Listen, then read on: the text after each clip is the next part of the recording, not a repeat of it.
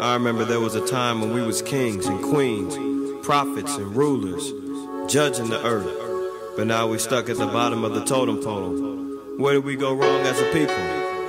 I think our people need to understand this with a wake-up call and give them understanding of what's going on.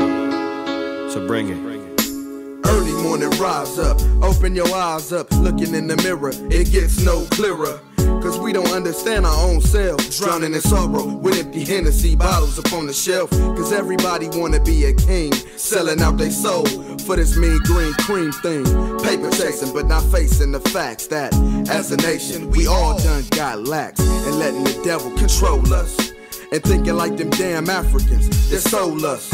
We in captivity because they hold us. Working hard with heavy burdens on our shoulders. Man, I thought we were some soldiers, but every second that I look. Shalom, brothers and sisters. Shalom. How's everybody doing? Tawab. Tawab. Thank you for joining us. We're here live at ISBHBK, Houston, Texas, 77072. 8524 South Braeswood, Houston, Texas, 77071. All right. If you're in the Houston metropolitan area, please feel free. Come on by. We have class days Monday, Wednesday, and Fridays. Monday and Wednesdays from 7 to 10. Tuesdays Monday and Wednesday 7 to 10.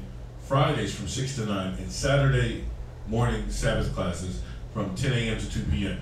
All right. We also have kids class that we're going to start back going on in September, and that's on Sundays from 11 to 12, 11 a.m. to 12 p.m. All right.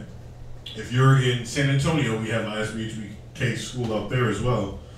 The address out there, 18 San Antonio, Texas, 78217. All right. If you're in Albuquerque, New Mexico, we have an ISBHBK out there as well. The address for that is 501 Copper Avenue, Northwest, Albuquerque, New Mexico, 8710. All right, a couple of announcements that we have going on. One is that we have the Penny Wars contest, and all that is just a fundraiser between brothers and sisters, and that's to help raise money for the Passover. All right. Let me see. Kids class won't be until September. If you can watch any ISBHBK classes, Israelite School of Biblical History and Practical Knowledge classes on YouTube. You can watch the live classes, and we have old classes as well. All right. Or on Saturdays, you can watch the cable show, and that's every Saturday from 8:30 to 9:30. Local channels, local Comcast channel 17, or you could stream it live under hmstv.org. All right. If you have any questions inside class, outside of class, within the class periods or outside of class periods or times, you can do so and text Priest Kazaki at 281-707-2737 or Priest Tahawon Mayam 832-941-2443 or Priest Quatazab at 303-557-8979. Or you can text me as well at 281-871-9393. Or if you don't want to text, you can email your questions, concerns at isbhbk@gmail.com. All right.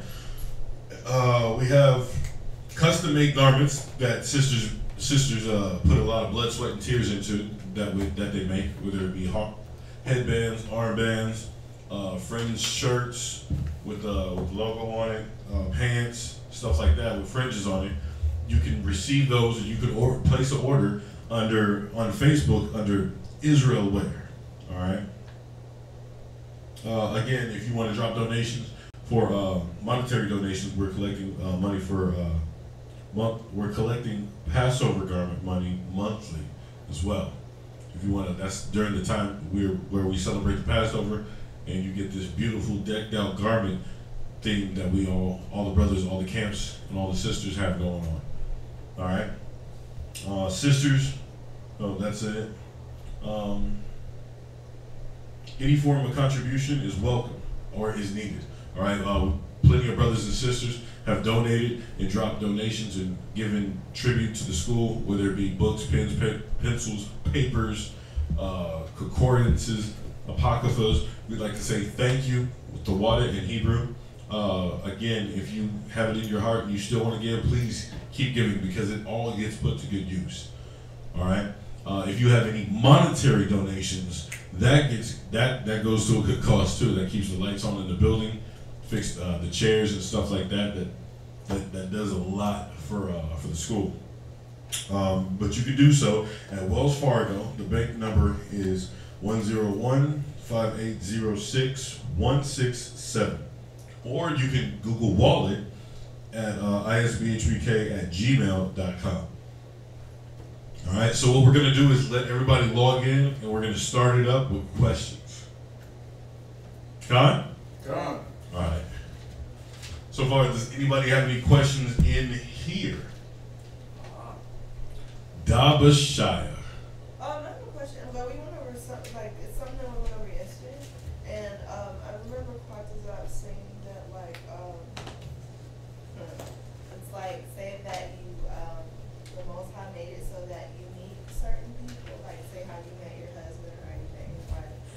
But my question is, so like, question would be, so like, say if you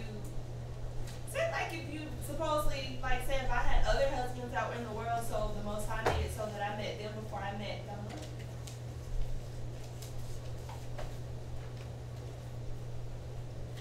Or met my husband. Well, so are you? The Most High controls everything. Right? Go to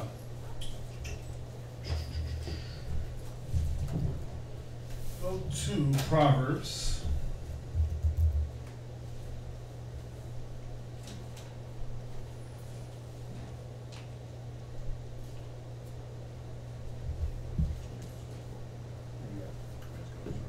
Yeah.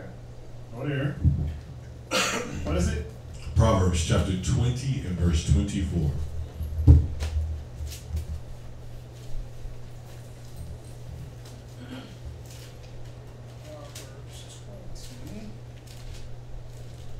Proverbs chapter 20, verse 24. Actually, hold on.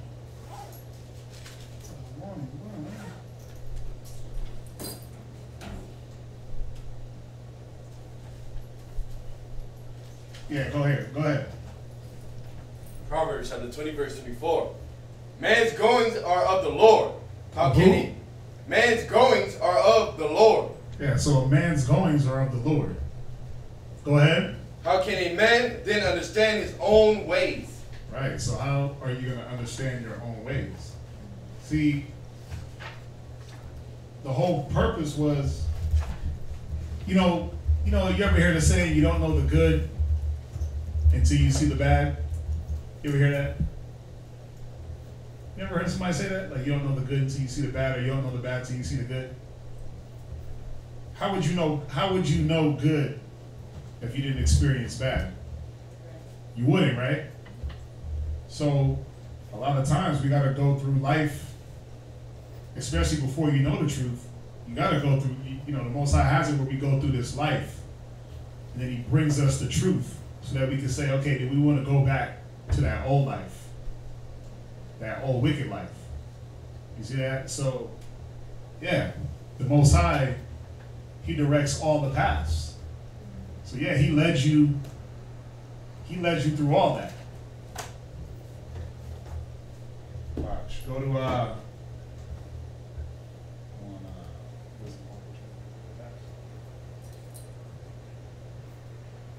go to the Apocrypha. What a wisdom of Solomon. Come on, sir.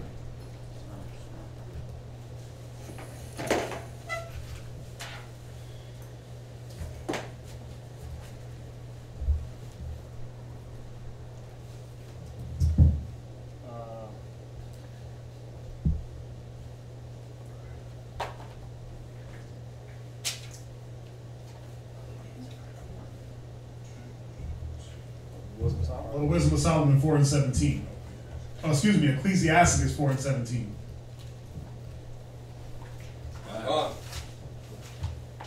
Ecclesiastes chapter 4 verse 17. Go ahead. For at the first she will walk with him by crooked ways. She'll do what? Walk with him by crooked ways. Go to 4 and verse 3 and verse where we at? Ecclesiastes? Start at verse 15. 3 verse 15. 4 verse 15. 4 verse 15. Whoso giveth ear unto her shall judge the nations, and he that attaineth unto her shall dwell securely. So that her is talking about wisdom. You see that? We have 4 and verse 15? Yeah, so that her is talking about wisdom. So you got to remember, yes, the Most High controls everything. He controls the good, he controls the evil, he controls the death, the life, the healing, the injury. He controls it all. So yeah, the reason why you were there, you got to remember one thing. The reason why you had, if you did, other husbands before your husband in the truth is because why? Well, you didn't know any better. You didn't have the wisdom to know this is not what I'm supposed to do. So you were basically walking around ignorant, right? Because basically being ignorant is not knowing about something. So you're walking around ignorant. But see, the wisdom walked with you through those crooked paths where you didn't get caught up into the point where some man was destroying you. You didn't get put with a man that was going to abuse you and beat you and kill you, because that happens to women, right? You were preserved to now where you met your husband in the truth. But the Most High guided all of that.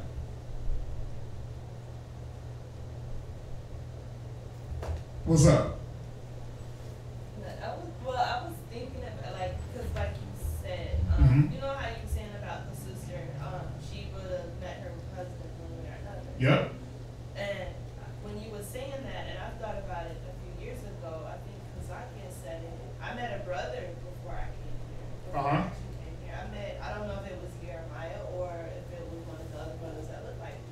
Right. And then I came in, I want to say probably about 2 years later, and he's the one that told me, he's like, you look familiar. I was like, well, I gave somebody that looked like you my picture a few years ago. I don't know. Right. But I think it's funny because, now 7 years later, I'm here. I'm like, wow, that's crazy. Yeah, the Most High is going to get you to where you got to be, regardless of what you try to do. You got to read about the story of Jonah and the whale. Perfect example is the Most High wanted him to go to a specific city and do a job, but he thought he was going to run. But the Most High had to put him through all these different torments, swallow him up in the belly of a fish, right? And make him think about his life. Then he went and did what he had to do. He still ended up where he should have been. And that's the thing. The will of the Most High will be done regardless of what we do. We can't affect the truth to where it's going to bend to our will. We always are going to bend to the truth, and we're going to bend to the will of the Most High, or He's just going to break us. So yeah, it's man, I have a few instances like that where it was like perfect example. I remember I think I met Kazakia like 2 years before I came into the truth. I had went to his house, kicked and I never thought 2 years later, you know what I'm saying? But I had met him 2 years or a year and a half or something like that before. And it was just, I was just hanging out with my brother. My brother wasn't even really in the truth at that time yet. He had known Kazakia through, they were doing the cable show. And my brother had his own cable show. So Kazakia liked the way they knew how to run the cameras and produce. So they met that way. But I had met Kazakia years before. And then 2 years later, it's like, damn, I remember you. and I didn't even, truthfully, at first, I didn't even put 2 and 2 together. I just see this cat coming out with a garment on or some weird clothing on, talking about the Bible. I'm like, who the hell is this guy? The first time I met him, we were just barbecuing in the snow. So, but the Most High through all the things that I was doing in between the time I met Kazak and the time I actually came to class, the Most High he was showing me things, but preserving me in all, because I was wicked as hell. I was off. I was wicked. I was a filthy scum of the earth, right? But through all of that, and a lot of things I was doing could have got me really caught up. But the Most High, that wisdom was walking with me through my crooked path to get me to where I should have been, or where the Most High wanted me to be. So, yeah, the Most High, he controls everything, but, you know, a lot of the thing is, when you go through that crooked, it's supposed to be for you to look on and say, I don't want to go back to that. You know, I don't want to go back to those crooked ways. So, yeah. Go to Proverbs 16. Go to Proverbs 16 and 16 and 9.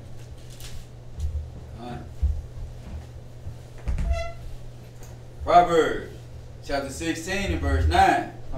A man's heart deviseth his way. See, a man's heart, he's always going to think about which way he should go. A man's heart's telling him to go left. But read on. But the Lord directed his steps. You see that? But the Most High is directing his steps, whether he knows it or not. Because you like, man, I'm going to go left. And you start walking left, and there's a roadblock set in front of you. Now you got to turn right. The Most High is always, he's going to put things in front of you to get you back on whatever track he needs you on. So no matter what we do, we think about it like, yeah, I need to do this, I need to do this. And you might have the plan. Think about how many people have planned in their whole life. Like, you ask a little 5-year-old, what's he going to be when he grows up? I'm going to be a football player. And then 3 years later, you ask him, I'm going to be a football player. And then you keep asking him. By the time he hit high school, like, man, I'm going to be a doctor. Or he tried to do the whole football thing, he get injured, and all of a sudden he's on a whole other life path.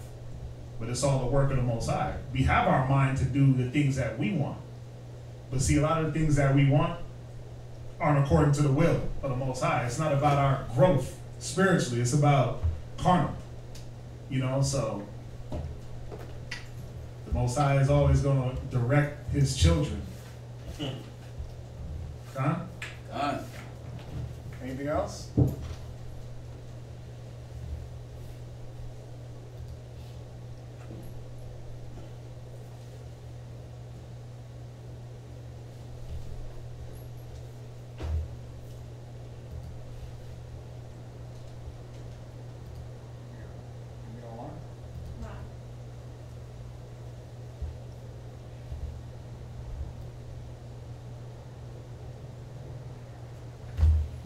If you got questions online, send them through.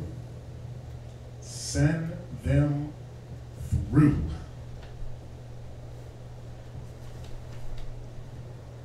Yeah, you know, a lot of people believe in like me, I don't really per se believe in coincidence. You know, I don't believe in like things happen coincidentally, like, oh, that just happened. No matter what it is, I'm like, nah, that was supposed to happen.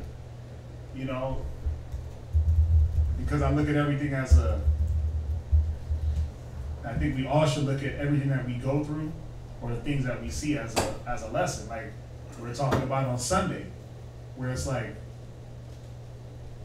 we should be looking at the tribulation that each other goes through as a learning, not as a moment to judge a person, but a moment to say, what is the Most High trying to show me through this person's fight and battle? You know, so I don't think that anything is coincidental. I just think that things happen as tests and as proving grounds, and it's either you make the right choice or the wrong choice. But the Most High is always going to try to get you to see and put things in front of you to see the right choice. You know, it's just unfortunate. We want what we want as fleshly humans. You know, I was reading, I've been really going over this Romans 7, man, when Paul was going through the whole battle of the spirit versus the flesh. Mm-hmm. And it's like, man, when you really read it, and you're like, damn, the torment that we put ourselves through because the flesh wants one thing, but the spirit always wants something else. It's a contrast. Right. And it's this battle where you damn near kill yourself in your mind. You know, people be getting heart attacks and breaking out, and all these things that happen to us is because that internal battle of where should I be or where do I want to be? You know, because the spirit tells us and we feel it. Like, I know where I should be. But then the flesh is like, well, I want to do something else.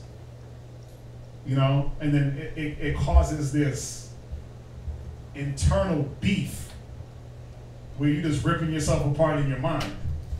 It's crazy. I think I read over that chapter this morning like 6 times. I just kept replaying the audio Bible. Like, damn. So I could feel it. You know what I'm saying? Like, damn, you want to do something, but the spirit's like, nah. The Most High is like, nope, I'm going to get you to where you got to be, you know? But, yeah. Anything else? You got any questions? Jeremiah? Nothing? What do you do with what about my own situation? Just like when you're dealing with a new reel or whatever, and you know you setting your house in order or whatnot. But yeah, they say, I feel like they say con just to say, okay, shut up, be quiet. You know what I'm saying? 'Cause I always ask them, like, do you really understand like what was said? They say con, when they go back to doing the same thing. What do you do in an instance like that? I had read Proverbs 32 this morning about the idiot woman, but then I backed over too and gave it the contrary to that, which is the good woman in 31. You know what I'm saying? So I showed her like the things she was doing, because she didn't know what I meant when I said idiots. You know, that's a woman who just make it hatred. You know what I'm saying? Like intentionally. You know what I'm saying? So I'm like, you say you this or that, but your action is gonna lead up to what you're saying. Right. So then that's telling you that you can't rely on that word from that person, right? You gotta look at and make sure you're checking her action. Right. Because we could all sit here and be con men and women, right? Con, you get it? Con. Okay. Now you gotta step up your counsel where it's like, okay, what do you understand? Right. Because then a person can't reiterate to you the things that you've told them to do, that they don't understand. Then she'll repeat it back. She'll repeat it back to me, you know what I'm saying, showing me that she do understand. Mm-hmm. And then I even give like different instances, and I take us out of it, just give it like normal, like, you know, relationship instances or things, showing her how to apply it. I was like, okay, well, I can come in one day and I might just be out of my mind. I say, let's just say I'm out of order. You know what I'm saying? I come in, you try to talk to me, I'm like, no, bitch, leave me alone. And then, but you deal in wisdom and you say, you know what, babe, you all right? You know, something wrong with you? You know, what happened? How was your day? To kind of show her, like, when she operates wisdom, I say, okay, well, now my guard down, I'm not taking it out on you no more, so that now you got me where I can talk. You know what I'm saying? And then we get discussing that, and I say, in that instance, what did the woman do? She was like, well, she showed wisdom. You know what I'm saying? She kept the order, even though he was out of order. I say, God, I say, it ain't your job to be like, well, you should do this and do that. I said, nah, leave it to the Most High. He will punch me in front of you. You know what I'm saying? Like, I don't know if that was good to say, but you know. Well, yeah, because it's not her place to check you. Right. And I told her, if you just keep doing what you're supposed to do, just like I'm gonna do what I'm supposed to do regardless. So, you know, just leave that to the Most High. Yeah, I mean, you know, that's funny. That's what we were going over Sunday. We were talking a little bit about that on Sunday. You know, what's going to happen? What do you do if you feel like your husband's doing something wrong? You know, if you feel like your husband's doing something wrong as a wife, obviously he's not beating you, choking you, kicking you, pimping you. But you might feel like the way he corrects you is too harsh. Or the way, you know, whatever it is that's trying to go according to the Spirit. But is it that woman's job to sit there and try to go into her husband? Hell nah. You got to fall back. That's why he got brothers and the Most High. The Most High and brothers, it'll come out regardless. You know, it'll come out. So, yeah, it ain't her job. But, you know, as far as you trying to lay down the law in your casa, right? And your rib adhering to the things that you want to be done. You know, it's about, for one, it's always going to be trial and error. If things ain't being done now, you got to figure out why. It's not about do you know. Now it's about why aren't you doing it? I have to kind of treat it like Jew because, but I don't like that. But from just conversating with her, and then I just ask like basic stuff. So I think what kind of really got to, I was like, okay, well, if you were sitting there for 2 years, say you've been in there for 2 years. I say, why is it that you don't know anything? And then she was like, I don't know. You know what I'm saying? I say, because you weren't communicating. You know what I'm saying? I say, in order for somebody, I say, even with friends, in order for you to call somebody a friend, like, you have to communicate with that person. You have to ask questions about different things. That's how you learn about different people. You know, you probe, you ask questions. You know, and I gave an example, like, I say, you might have been talking to your friend earlier that day, your best friend. But you're asking, hey, you know what's going on? Because that's what most people do when they call, hey, what's going on? How you doing? You asking questions to get an answer. Right, you know what I'm saying? So she break it down to him. So then her mom called her, hey, have you seen such and such? Now you can tell her, yeah, I do know where she is. I talked to her earlier, she said she was going here. Right. You know what I'm saying? She's not a good communicator.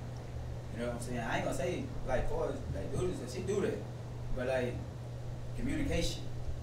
It's like it's just shut down. But then you got to see, but this is the thing. See, that's a byproduct of something else. The bad communication, you just don't wake up and say I'm gonna be a bad communicator. Things happen to where now you feel like you don't need to communicate. So then you stop doing it, so then that's when you become bad at it because you're out of practice.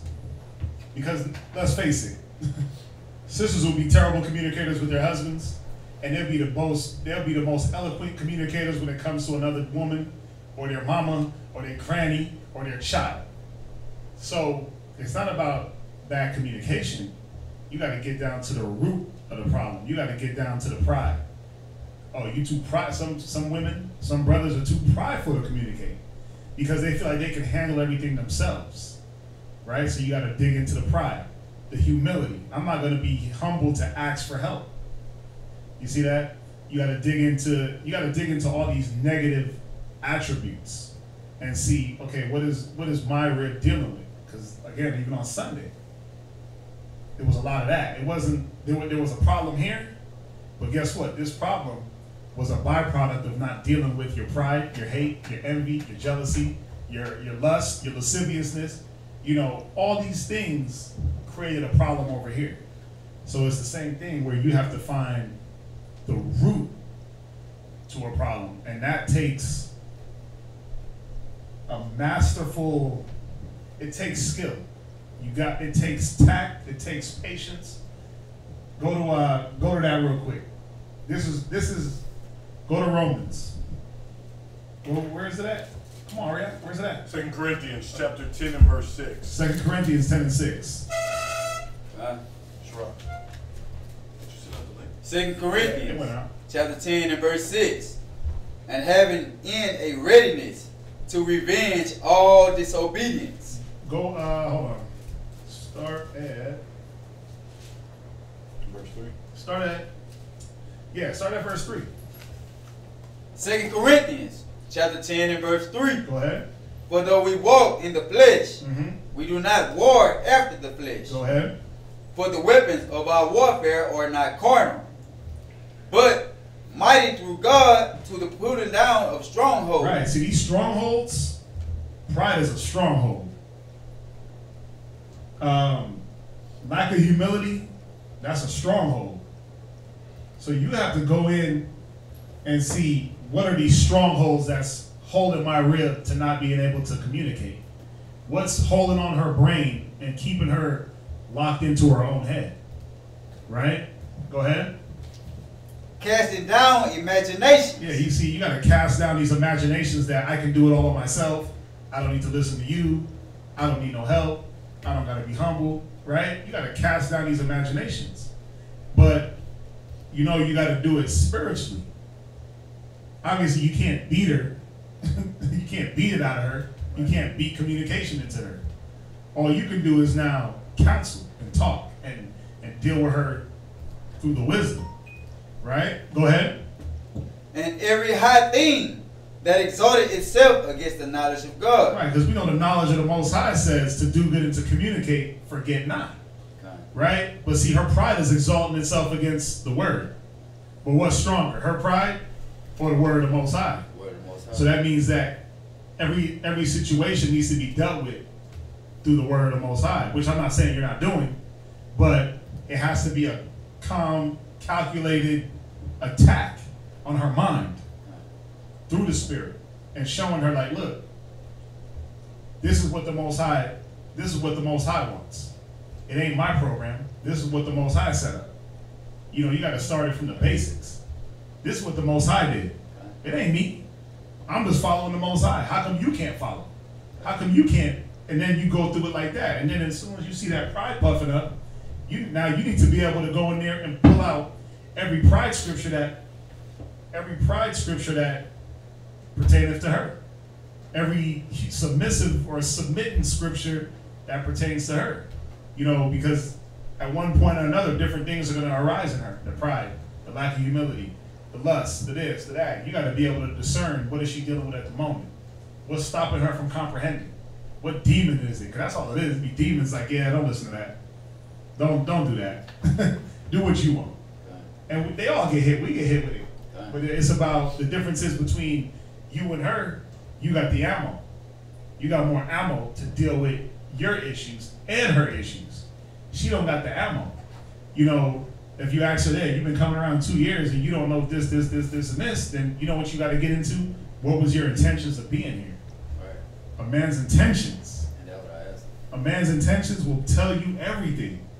Because now you get to see, through a man's intentions, what were you looking for? What were you looking to accomplish? You see that? So if you were intending on learning, guess what? The Most High dropped me right in front of you to teach you. And then when I asked her, she was like, for a spiritual man. I say, all these women say, you want a God-fearing man, right? You want a spiritual man, we want this and we want that. But then when they see you be for real with your walk, and you actually sit down with them and study with them, like we have time every day, so we just set apart just to, 30 minutes to an hour a day. I said, I ain't gonna beat you up with it, but then that's how I found out, like, she really know. And then I was asking, do you know just the name of the tribe? Like nothing. So I was like, okay, well, I can't give a no strong food, you know what I'm saying, right now? Like, I got right. So then, you know what you gotta do? You gotta find out, what does she know? Right. What does she not know, and start from the basics. And do it like that, because, you gotta remember, just because people sit in these chairs don't mean that they got it. Right. Don't mean that they got it all. So you gotta remember, this is your rib. So you're responsible for that spirit. So now you gotta really dial back everything, examine and say, okay, what is it that she don't know? What is it that she does know? And then you start picking apart the things that she doesn't know and showing her, like, look, and start with the most basic thing. Right. And then what it'll do, it'll mesh with the things that she already knows. Now you're building. Now you're, like what the scriptures say, now you're being that husband.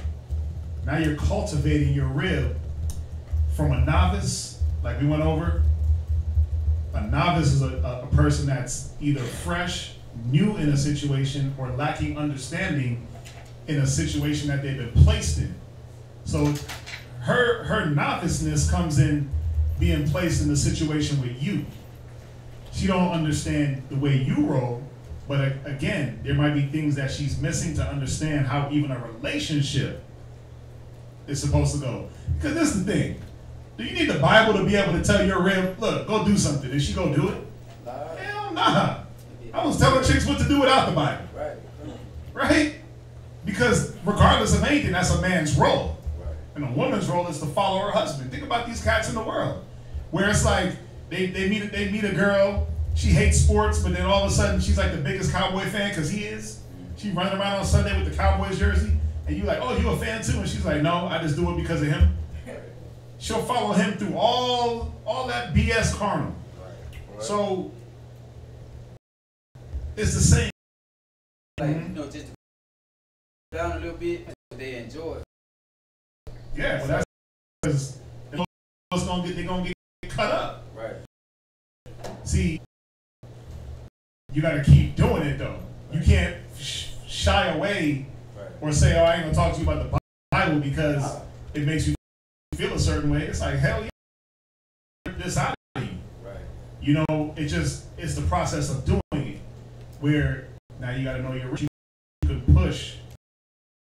can push on her and how fast and how, you know, what pace you want her to learn. And we can't expect you to learn at the pace of Ray or the pace of Abiyar or the pace of me. We don't expect brothers to learn at the same pace. So one thing that's, you know, something that's good for me ain't gonna be good for you. Something that's good for you ain't gonna be good for me. But it still has to be this unity, you know what I'm saying? So things that you have to consider and say, okay, what's the most effective? And now, like I said, you're building this woman.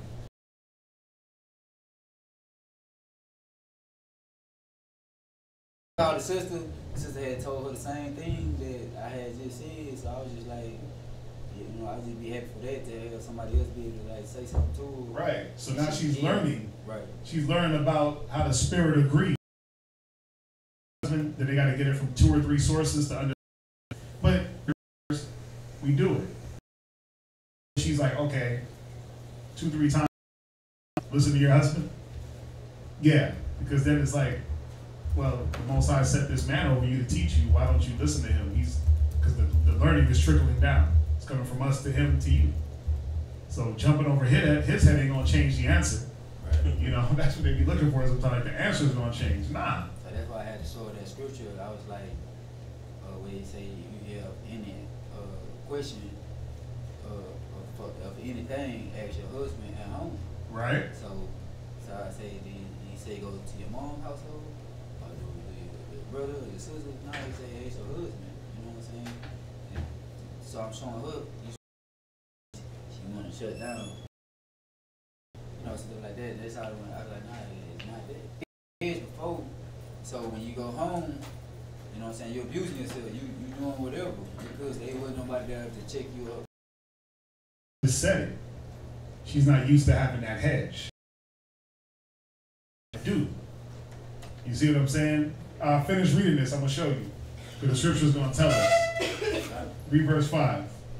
Verse 5, third precept. Go ahead. And bringing into captivity every thought to the obedience of Christ. So we're supposed to bring into captivity all the thoughts in obedience to the word. Go ahead. And having in a readiness to revenge all disobedience. See, we're so ready to avenge all the disobedience that we see, but the one place is where we mess up is where our obedience is not yet at a level to where the Most High respects the correction that we dish out. To where it's like, if I tell my rib, you know, go to the store, go do this, go do that, I'm not gonna hear, oh, well, why, because she understands that, and she's seen me when brothers would hit me up, like, listen, we need you to go over here, go over here, go over here, go over here, and I was just like, come, and did it. So she saw the example of it. So it says, having a readiness to revenge all disobedience. Read on. When your obedience is fulfilled. Right. When you're obedient, when your example is on point. Because that's what it's about. They look at our example and they say, well, this nigga want me to do all that, but he ain't doing that. Right. Or how could he expect me to do something that he ain't doing? Because that's how they think. You know, and that's why, you know, the scripture talks about showing an evil lesson to your wife. You know, because brothers do it and they don't understand how come she's not listening to me. And now I'm giving you the flip side. I'm giving you both sides because It happens. You could be doing everything, and she still ain't gonna listen. But then you could be doing things unknowingly, and she sees you. It's like it's like brothers would be so quick to like, you need to be in class. Every time you mess up, Bible, Bible, Bible. But then it's like, when they mess up, who's there to check them? Because they're not around for the checking. They're not around for the reproof. You know, they're not always in class, so they see that, and it's like, it builds up this rebellion in them where it's like, you ain't doing that. You're not obedient to what you're trying to make me accountable for. So we got to be careful that the lessons, go to that scripture about the evil lesson. It's in the Apocrypha.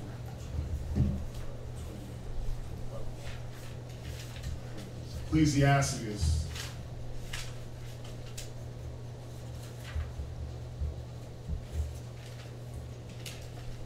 Verse 8. 25 and 8? No.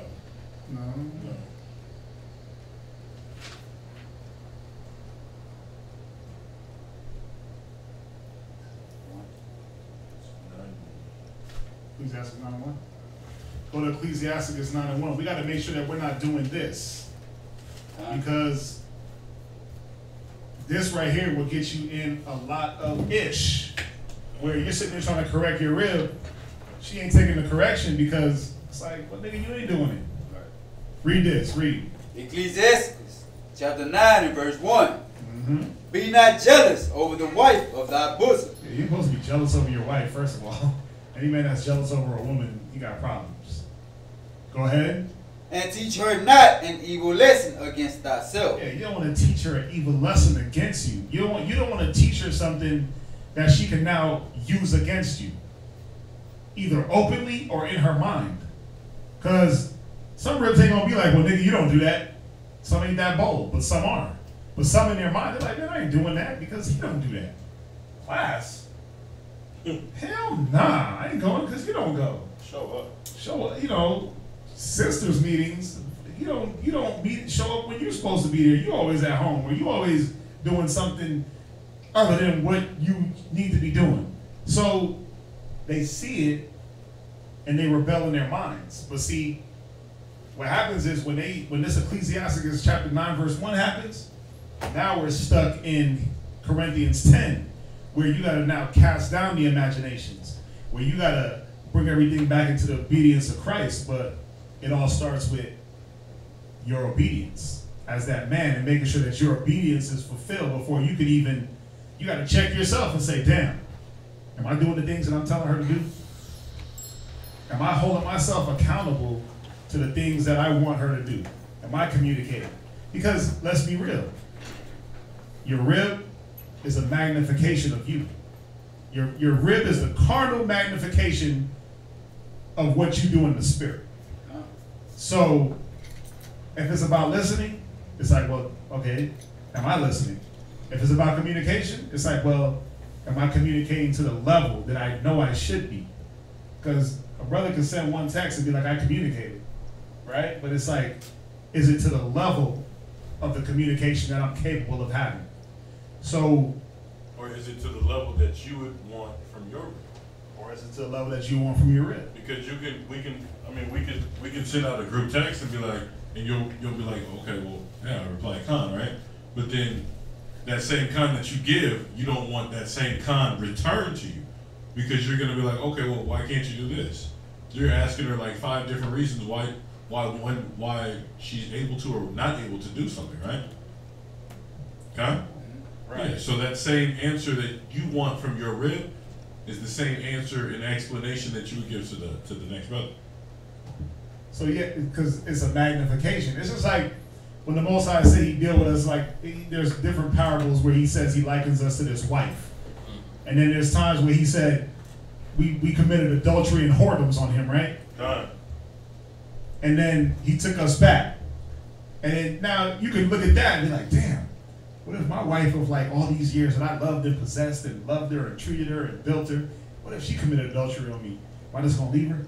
Am I just gonna be like, you out of here? You know, it's something to think about, because the Most High is showing you the way you deal with me is the way your woman is gonna deal with you. You know, and that's really the bottom line. Now, let's say if you're that brother that's just on point and you're doing everything that you got to do, now it's just a matter of getting your rib up to speed. That's it, because either she's new, she's lacking understanding, or she just don't got the basics. You know, so you got to examine both sides. But I always tell brothers, I always tell brothers it's what you're doing, because it is. It's always what that. Because think about it, you're the head. Don't the tail follow the head? The whole body follows the head. If the head is corrupt, the body's gonna be corrupt. So I just try not to make excuses for myself. So if my rib is off, there's something that I'm not. It might not be something that I'm doing, but it might be something I'm not doing. Like, I'm not pinpointing her problems. I'm not pinpointing the root of an issue. So if she all of a sudden she's just wilding out, rebellious, and I'm like, okay, what the hell? Now I gotta sit back and be like, okay, what did I miss? And go and rewind and say, oh, okay, I see it. Let me deal with that. Let me deal with the time when she sent something out of pocket a day or two ago and I didn't check it right away, and then it just led to her thinking she could say whatever the hell she wants. Snowballing effect. Yeah, snowball effect. Domino effect. So no matter what, as that head, it always starts with us with our example. It always starts with us with whether or not we're on point with what we're teaching and our effectiveness of it getting through. You get that? God. Anything else?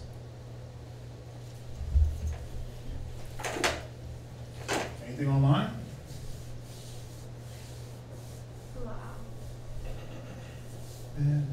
Isaiah 50. Shalom. No, that's That's his name. that's Christian's name. Every time I see it, I'm like, Isaiah 5:20. Let's go there. that's Shalom. Oh, did we lose connection? Damn. They are hating on us. All this internet money we spend. All this money we spend for internet, we cannot get a good connection. Do they listen? They're like, hold up. Nah, Ninja, you can't say that. We can't have that. Well, listen. Nothing else in here? Something for me, if you trying to just start out, you know what I'm saying, just being a new husband, you know what I'm saying, and like what's important for me, like Ecclesiastes chapter 6. Start at verse 1? Chapter 6. So, Watch this. Because as a new husband, as a new wife, you're a non. Before you go.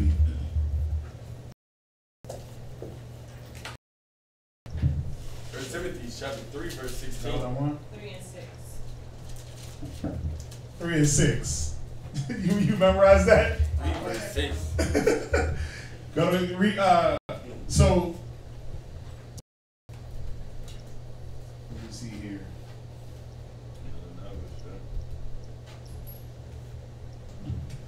Yeah, read that. 1 Timothy chapter 3 and verse 6. Come.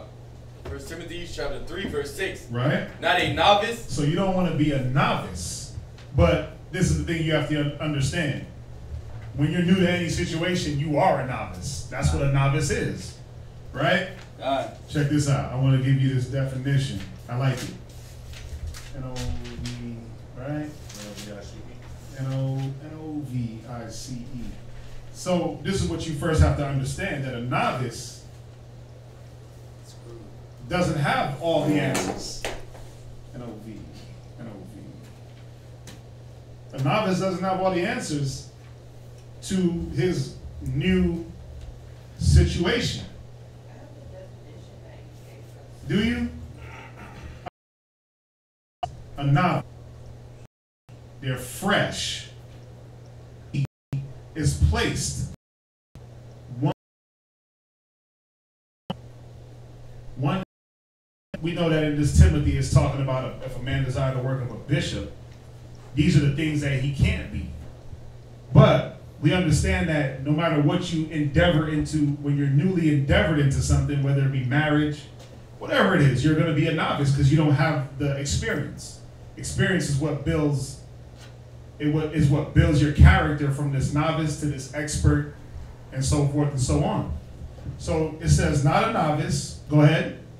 Least being lifted up with pride, he fall. Least what? Least being lifted up with pride. Go ahead. He fall into condemnation of the devil. See, this is the thing. You have to understand that you're a novice. Because if not, the pride will kick in like, I know it all. And then what will happen? He falls into the condemnation of the devil. Because now you start condemning, judging incorrectly. You start trying to lay down things in your household that are not according to the Spirit. So now, once you realize that, okay, damn, I'm new at this. Like you just ask the question, what can I do? Right? You realize you're new. This is something newly that I'm trying to get into. It's a new endeavor. I want to do it the right way. You killing that pride. Because most men will be like, hey, this is my house. I'm going to do it the way I want. I got this. I got it. Right? It's my rib. Scriptures say let her learn at home. I'm the one who's teaching it. I'm the one that's teaching her. But it's like, teaching her what? You don't know everything. Right? No. So now that you understand that, okay, I'm a novice. Now we go into Ecclesiastes. Chapter 6 and verse 32. You want me to start at 23? That's it, 23. Did you? Oh, yeah. Go ahead, start at 23. Ecclesiastes, chapter 6 and verse 23. Mm-hmm. Give ear, my son. So now you got to open when it says to give ear. Now you actually have to empty out everything you thought you knew. Go ahead. No, go. Whatever you thought you knew, you have to empty it out now, right? Ecclesiastes 19 and 22. The wisdom of wickedness is not wisdom. Neither is prudence at any time.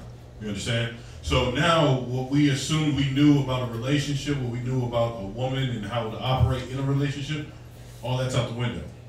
Why? Why would you toss out all the things you knew? Because that's the living of the old man. Right. It didn't work. Right? It didn't work. It didn't work. The 50,000 ribs you had, Right. it ain't work. Yeah. And see, we all have to come to that understanding that, damn, the way I dealt with women was off. Let me deal with a brother or brothers that know how to sustain relationships longer than 3 minutes. Right? How long you been? Your rib, 16 years. Mine, 12. Abiyar, 7. Kazakh, 14. Tahawam, forever. Right? Right. 10 years. So now I gotta look and say, damn, okay, now I'm around brothers that know how to, through good and bad, keep their relationship going. Because the way I did it, it wasn't the right way. Not that I'm wicked, not that I'm retarded, not that I'm stupid. It's just I didn't have the right method. It was never shown to me. I went to Grandpa, or I went to Uncle Willie that he would whoop his women into check. He would black their eye to get them right. Right? Or he'd just go dump them and get a new one. Right? That's exactly it. But now I gotta go deal with men. Let me deal with men that when there's an argument, they're not just trying to run and go buy cigarettes and be gone for 30 years. Or kick their wife into a bloody puddle. I love that analogy. Right? So now you gotta give ear to the correct counsel. Go ahead. Receive my advice. Yeah, because you gotta remember the advice that you're getting is from the Most High through men. So you gotta receive it. You gotta humble yourself, receive the advice. Go ahead. And refuse not my counsel. Right, and not refuse to ask counsel or when it's just freely given. Because sometimes brothers will see brothers going through things or hear something and it's like, listen, let me rap to you real quick. And you could be like, con, but in your mind reject it, because that's what happens too. Our ribs do it, right? So it's about receiving that counsel. Where you at? Verse 24. And put thy feet into her fetters. Go ahead. And thy neck into her chain. Right. So if you do this is talking about wisdom, right? You gotta be a prisoner to the wisdom that's being given. I just said that in my head. Yeah, you want to become a prisoner to it. Jump down to verse 32. Ecclesiastes chapter 6 and verse 32. Mm-hmm. My son. Well, no, but Before that, because when you're becoming a prisoner to all this wisdom, right? When you're surrounding yourself through all this, through all the teachings and the wise sayings and the way to live, you can direct your household, right? Verse 28. For at the last thou shalt find her rest. Because you're gonna find the rest in the wisdom.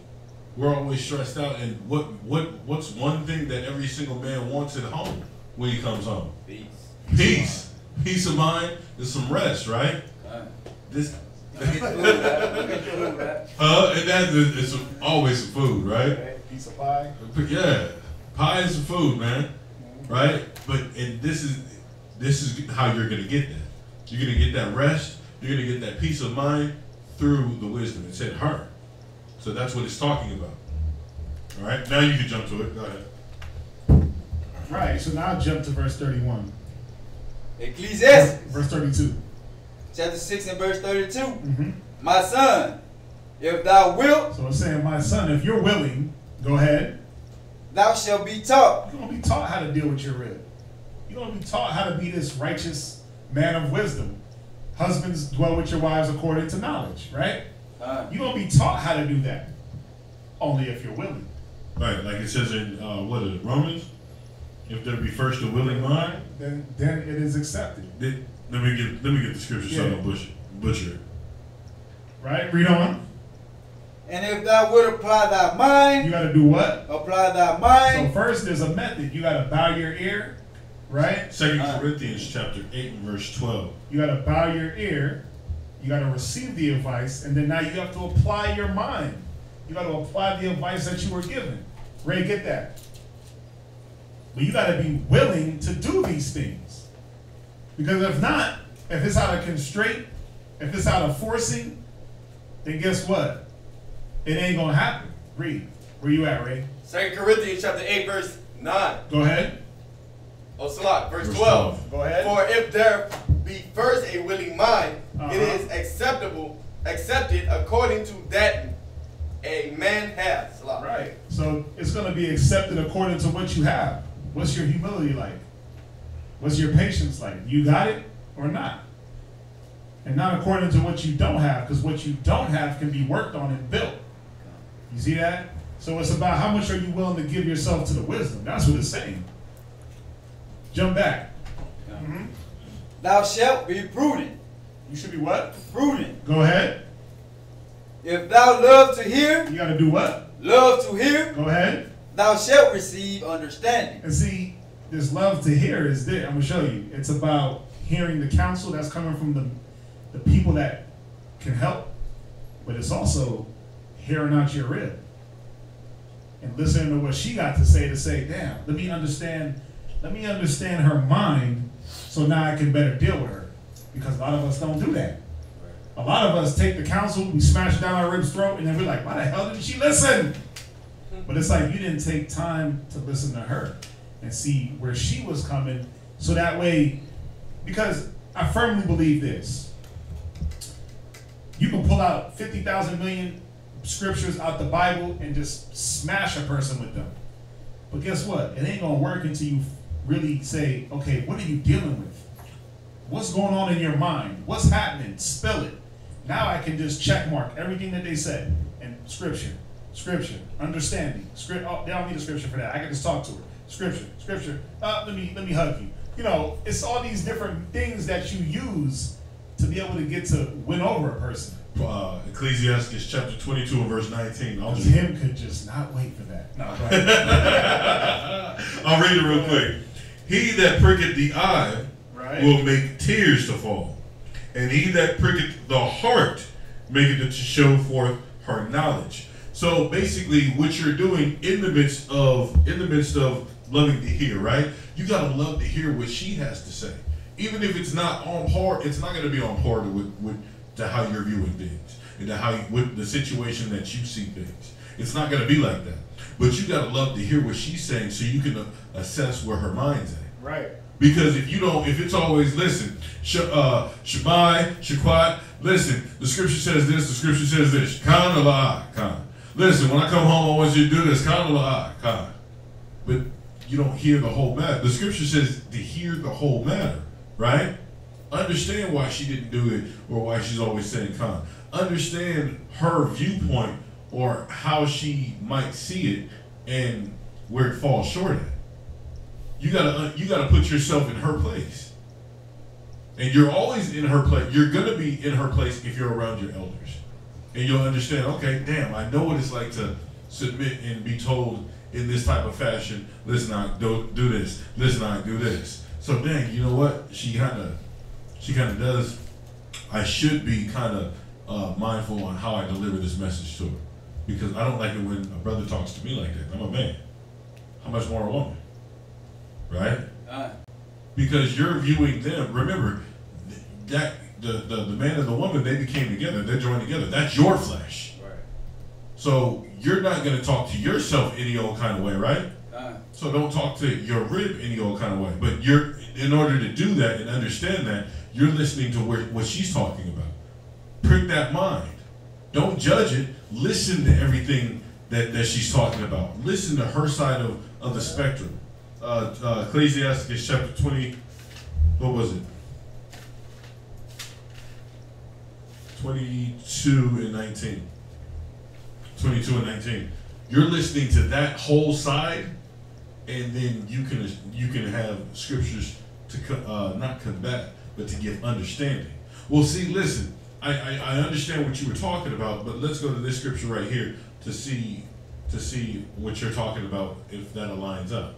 You're coming from a different angle instead of always trying to hit it head on. You can come from the side. You can come perpendicular. You can go horizontal with her. You can come sideways with her. Instead of just always head on, like, listen, no.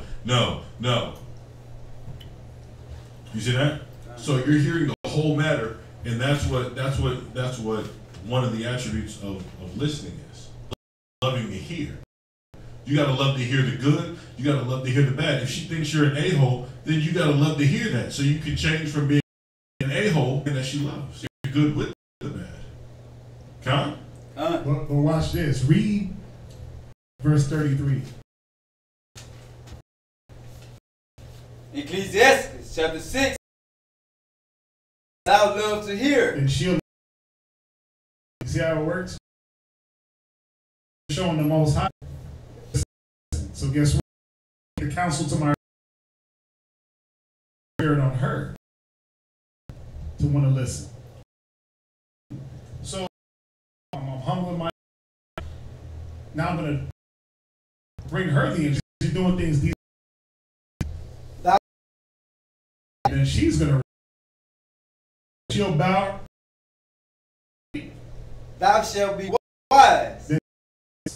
He's a slave. And all that, she listen, the community. I'm trying to pick her up, but I say, you married me, right? I say, you gave me the key. I try to make it funny, be like, let me in. You know, I mean, I'm still trying to, you know. So then you got to be like, okay, there's something going on with you, right? Yeah, it's just, she's going to be like, calm. See the way I do it? There's something going on? Calm. Okay? If you tell me, is it going to hurt you? Am I here to help or hurt? So you always got to establish your position and your intentions. Once a person understands your intent, then their guards will start to come down a little bit.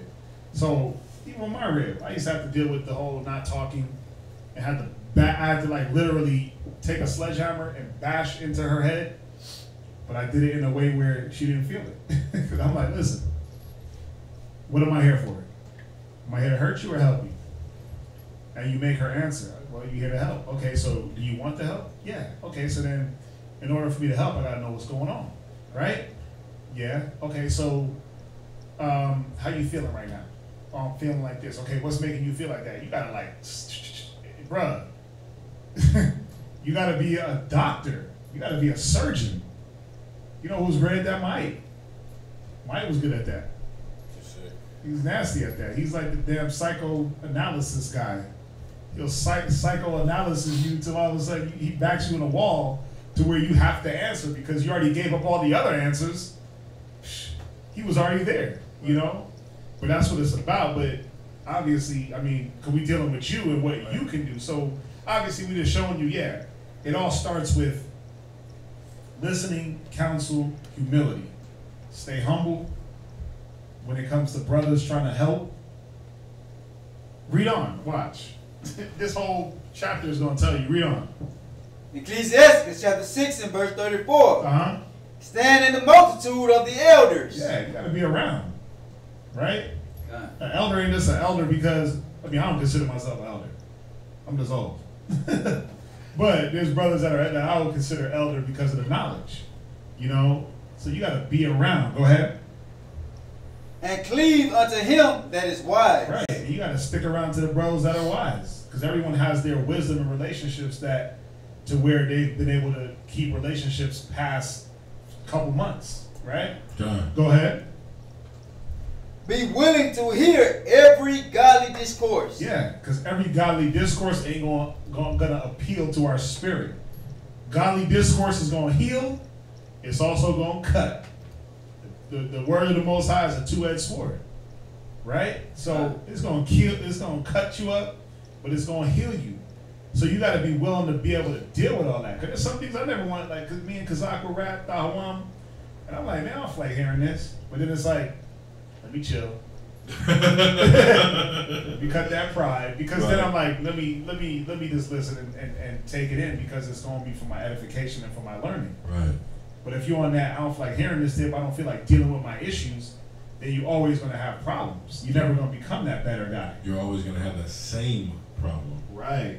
So you got to be willing to hear every godly discourse, even if it doesn't appeal to your ear at the time. Go ahead. And let not the parables of understanding escape thee. Yeah. That means not always saying con, but asking follow-up questions on that. Especially if you don't understand. It's like, well, I don't get that, bro. Or even if you assume you understand, you give your information to explain the answer that was given to you to show that you understand, and then you could be seen. You'll be shown, okay, con, you understand. Or like, let's get this straight. You want me to do blah blah blah blah blah, and then you're gonna get a con, or well, nah, yeah, but do it like this, and exactly. You know, you're reiterating the info in a way where you're running it down the list to make sure you got your ducks in a row. So you don't want to let those, because a parable is said to not be understood right away. Right. Right? But then you have to get the understanding. So you got to ask questions. Go ahead. And if thou seest a man of understanding. Yeah, if you got men around you, if you see the men around you that understand how to deal with their ribs and how to be these husbands that you're trying to attain to, go ahead. Get thee betimes unto him. Again, you got to be around. Go ahead. Oh, so what is that? So it says get thee betimes unto him, right? Go to him every time you have a question, or every time, basically hang around him a lot. So okay, what's another way of doing that though? Going to him, calling him, texting him. Right. You gotta build your lifestyle around that thing. That means that has to be primary, and everything else is secondary. Whether it be, bro, to be honest, whether it be income or whether it be household, that would have to be primary. The being around the wise man would be primary, and everything else is secondary. Right? That's what it just boils down to. You would have to actually scrutinize.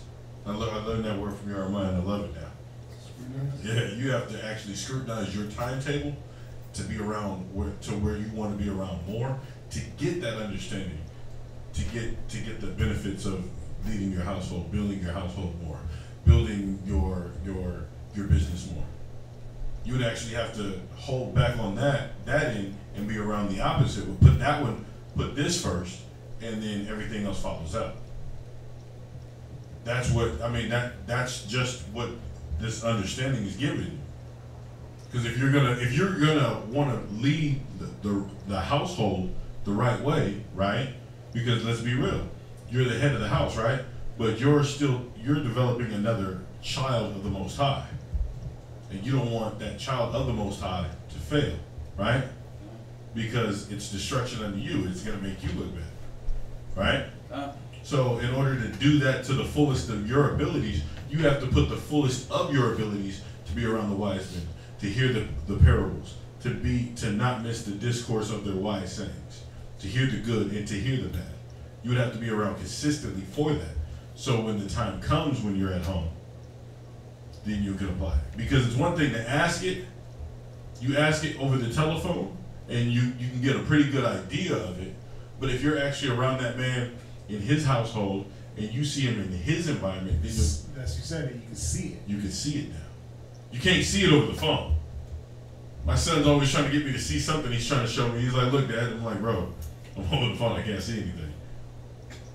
That's the plain, that's like the simplest form I can explain it. You can't see everything over the phone. You can have a good idea and you can probably repeat it back, which is tawad, but you still got to see it. You got to see it applied. Just like at the zone, we can talk about the steps all day, right? We can talk about the 5 steps, but until you actually see it executed, then you'll have understanding and be like, okay, this is what he did during step 1 through 4. And this is what led to step 5 to close, because you have to see it. That's how I learned a lot. Just like watching Kazak with his rib, and just I look at things and the way he deals, and I'm like, oh, okay. The way he dealt with certain things, where it's like, you know, you can either blast off or not, and it's like, oh, he didn't do that. He didn't blast. You know, it's just little things that some things you gotta just be around to see. Like you hear the expression, oh, you just have to be there to get, like, man, that was a joke. Well, tell me the joke. Well, nah, you just have to be there. You know, because not everything can be told, again, over the phone or replayed. It's like, man, you just have to be there. Right. Because, and then in essence, what you're doing is, like Colossians 3:9, you're casting off that old man, right? You're replacing how Jeremiah would do it in complacence with how Jeremiah would do it, right? Like, that's one of the things I had to learn is, okay, I've done it the Ryu way. I've done it the big beast way, right? But now I actually have to be that man. The big guy way. The big guy way. Where's the big guy? Nobody says that anymore. Everyone says that. But everyone still says it. But now you gotta be, you're learning to be, you know how you would do it, right? But if I'm around Kazak, I'll use myself for instance, right? I have a short irritation fuse. Right? And I learned by watching Kazak. There's action. That moment, short fuse out. Why you're trying to be around is because that man. Master, and why is it? I see what you do is have that humility within yourself. Screw what I know, like we said at the beginning, right? And I'm going to do it this way. I've seen it done this way, I'm going to do it that way. I'm going to do it that way until I get told not to do it that way. And then when I'm asked, why do I do it that time? Because I seen Quatizop do it this way every 3-syllable words, unless I hang around with one, now I'm using 6, 7-syllable words. Right? Okay. So I need that. That's now you're talking about getting into Galatians 5:22. Now you're starting to get fruits of the Spirit. But you can't get fruits of the Spirit from a distance. And you can, like, on TV or in the computer. That's like a microwave. You're getting fruits of the Spirit microwave without all the nutritions. Instead of going straight to the tree and pulling down the fruit and gorging into it. Con? Go ahead. And let thy foot wear the steps of his door. Go ahead. Let thy mind be upon the ordinances of the Most High. And see, this is one of the keys to becoming anything great. According to the Most High, you gotta let your mind be on the ordinances, on the order of things, on how the way things should be. Your mind has to be on these things always. Your mind has to be on the ordinances. Go ahead. And meditate continually in his commandments. Right. You got to meditate continually. You know, one of the things, you know, man, I've been doing a lot of cramming. I call it cramming. Studying for tests. But I've been doing a lot of meditation just on like classes and different things that go on with brothers and sisters. But one of the things that really helps me to develop ideas and different ways of seeing things, I use this audio Bible. I be in that thing fierce. Hard. Like my volume's up from 40. Bruh. As soon as I wake up, I hit play on the Bluetooth speaker until I leave the house, hop in the car, it connects to the Bluetooth in the car, to the mall, or wherever I'm going. I don't even want to listen to the radio because I'm just like engulfed. I'm trying to keep my mind attached always to the spirit of things, to the Most High, always. And you know, that's one of the ways we can do it, because it's easy to hop in the book, study, jump in the car, listen to some ratchet music, and then give into that ratchet music. The study didn't mean nothing, the class didn't mean nothing. So for me, and this is me personally, I just use it as a tool to always stay meditating on the Most High, always keeping my mind on the Most High. And even that, the Most High will bless you in certain things that you need. Because we'll see. Read on. He shall establish thine heart. He's going to do what? Establish thine heart. This is how your heart gets established. This is how you establish yourself as that good husband. Go ahead. And give thee wisdom at thine own desire. Right. He's going to give you the wisdom that you desire once your heart is established. But you have to do the things that we read up, like the humility, knowing that you're new to these things and saying, look, I'm new, let me get the advice. So, I mean, that's obviously a few steps in a greater mission, but that's where it starts. That's where it starts for sisters and brothers. What's up? And that's why I asked y'all that, because like I used to feel just like Jeremiah in the Bible, because like for some reason, I mean, I would be good to women and everything. A relationship wouldn't last no longer than a year. The year is as long as I've ever been with any woman. And like you say, all 50,000 reels, but it's like, you know what I'm saying? I meant that figuratively. I hope you didn't have 50,000. But you know, slowly, and then it came over time. It was like, I had just came with my heart myself, because I was like, man, ain't no passing this, ain't no loving this. Like, you know what I'm saying? And I want to learn how to be, because when you see other people, you be like, damn, wish I could be like that. Yeah, like how they making it. Like, you know what's crazy? Bro, I look at my aunt and uncle. I'm 36. They've been married for almost 37 years. I got 2 sets that have been married 30 plus years. I be in their ear like, listen, what's going on? What are y'all doing? You know, I used to be in their ear a lot. Like, how do y'all do it? Like, how do y'all put up with each other? And how do y'all, and, you know, obviously they have their advice, their worldly advice, which I listen to, because even though it's worldly, it's still biblical. Where it's like you got to tolerate certain things and understand and be patient. It's coming from a worldly mind, but it's still biblical. So I'm like, oh, okay, yeah. And then, you know, you can go right into the scriptures and figure it out. But it's about where you place your mind, you know. And I always look at it like this, man. When it comes to dealing with my rib, ain't nothing too big of a problem that we can't talk it out. Ain't nothing that serious. That's the way I see things. I'm like, ain't nothing that serious that you can't just talk it out, right? Where you can't just go hold a corner. She go into her corner if she's mad, and y'all come and y'all wrap it out. I don't care what it is. I don't care what, unless I done killed one of the kids or she did, then that's different. Right. You know what I'm saying? But come on. Ain't nothing that you can't talk out. That's the way I look at it. You know, so I established my mind in that with my rib, that there's nothing I should not be able to come and talk to this woman about. There's nothing that she should be able to come and not talk to me about. And if we do have a disagreement, there's nothing that we're going to hold this grudge for so long, or hold any grudge at all, to where we can't communicate. Because it all starts with this effective communication. Right? That's where everything starts, is being able to talk to each other. You know, listening to each other, hearing each other out, letting the person express and get off of their mind what's on their mind. No matter how off they might be, sometimes you got to see how off a person is. Sometimes they got to say things so they can see how off they are. But it still got to come out. See, I'm a big advocate for that. Let it the hell out. I don't care what it is. That way I can at least know where your mind is. I can know where your heart's at. You know, so yeah, man, it's a lot of different things. But yeah, start with this. I mean, you're already doing it. You're already communicating and doing all that. You know, just be a little bit better at it. You got that? Done. All right. Anything else?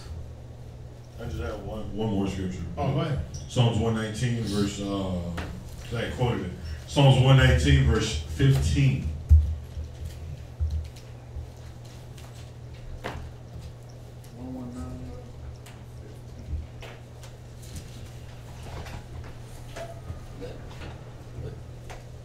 Psalms chapter 119, verse 15. I will meditate in thy precepts and have respect unto thy ways.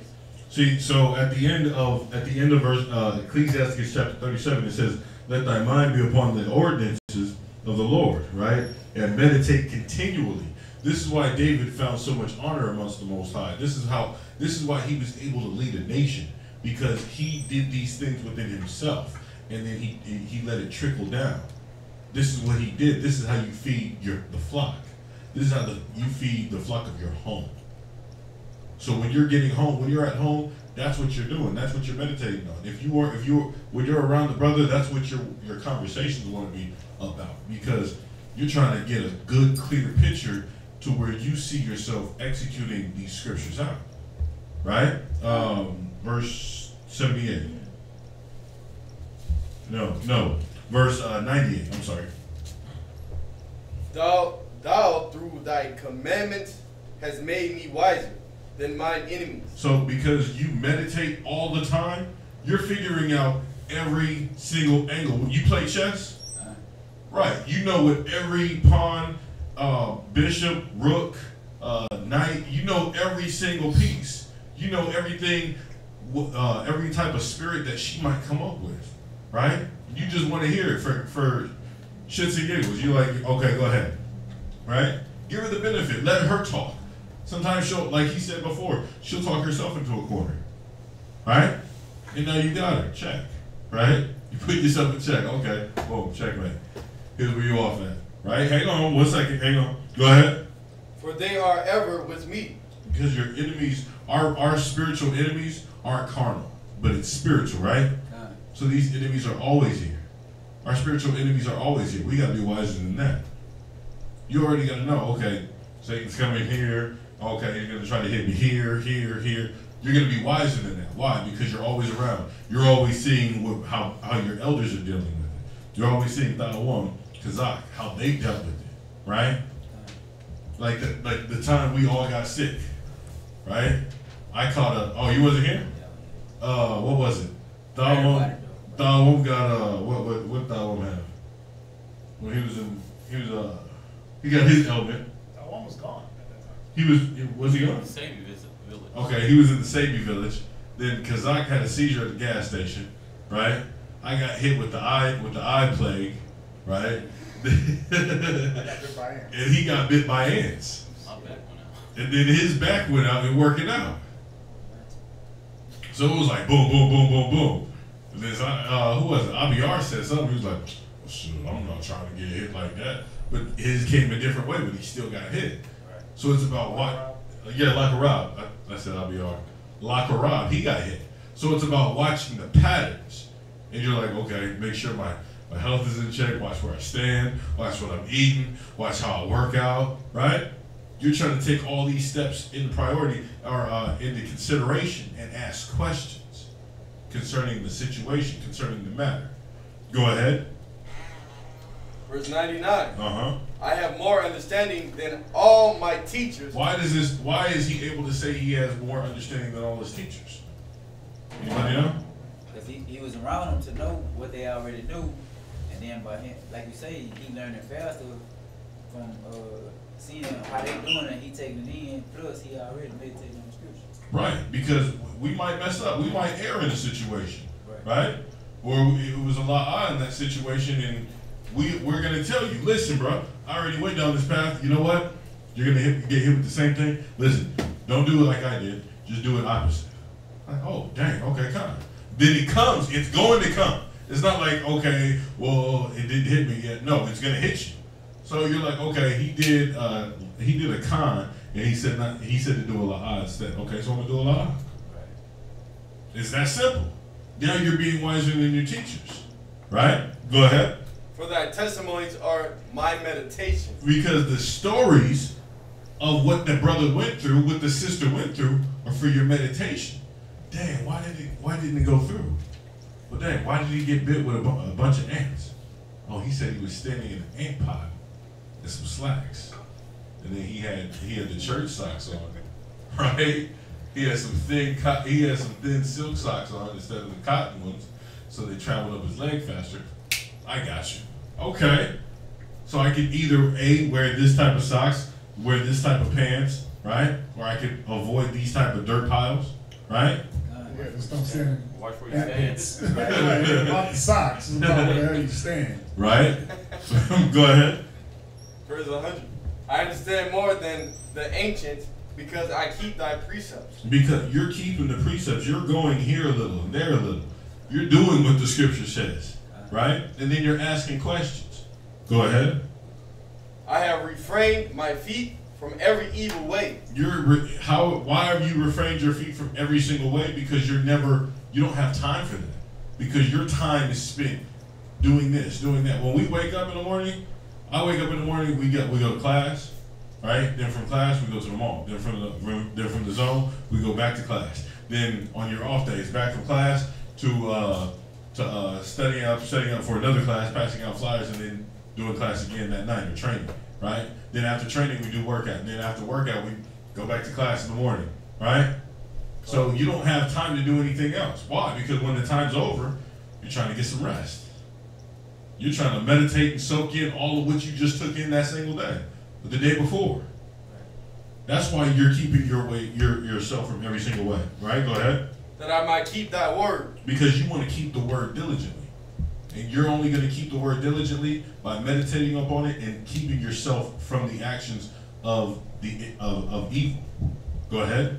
I have not departed from thy judgments. You never departed from what any brother gave you advice in. Anytime a brother said you listened to it, right? And you understood, you got understanding why not to do it. Maybe not at that current moment, but you got it in the future, or you got it later on.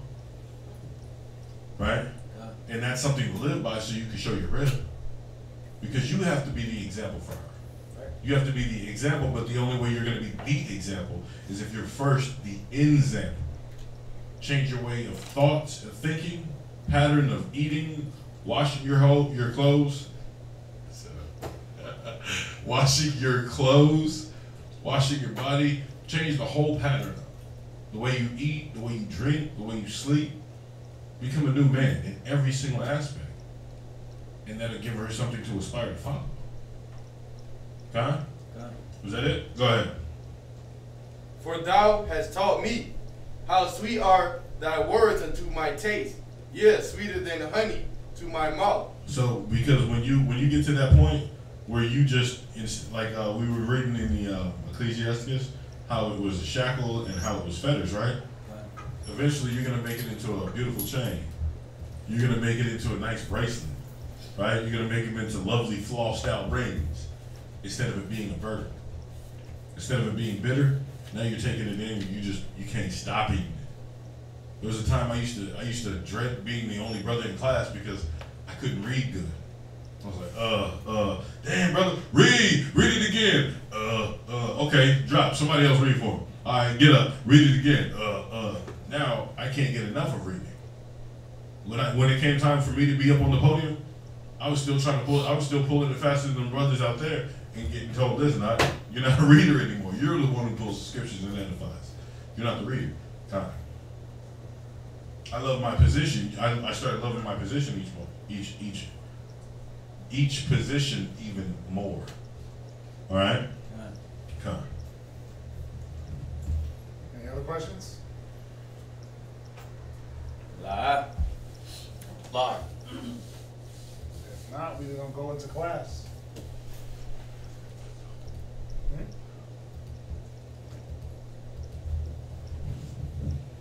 are we doing? We're going to Revelations. Some of that. Some of that meat. Some of that meat. If y'all still awake.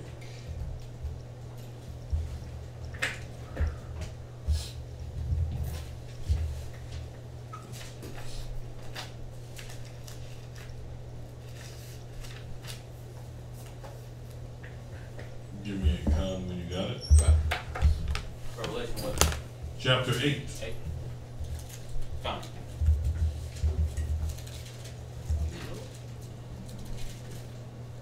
Take good notes.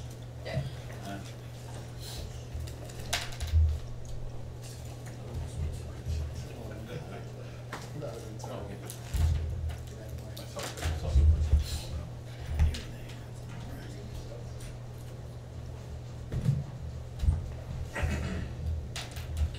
Revelations chapter 8. Revelation chapter 8, verse 1. All right.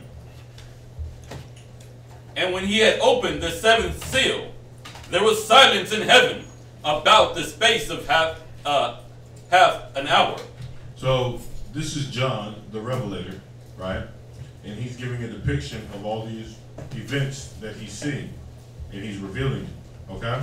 All right, go ahead, read it again. Revelation chapter 8, verse 1.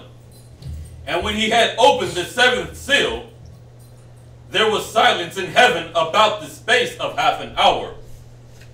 Okay, so right now, nothing is being shown to John for about 30 minutes. All right? Okay? Come. Okay, go ahead. Verse 2. And I saw 7 angels which stood before the Most High, and to them were given 7 trumpets. Stop. So it said the 7 angels, right? All right, go ahead, write that down. 7 angels. 7 angels equals the 7 archangels.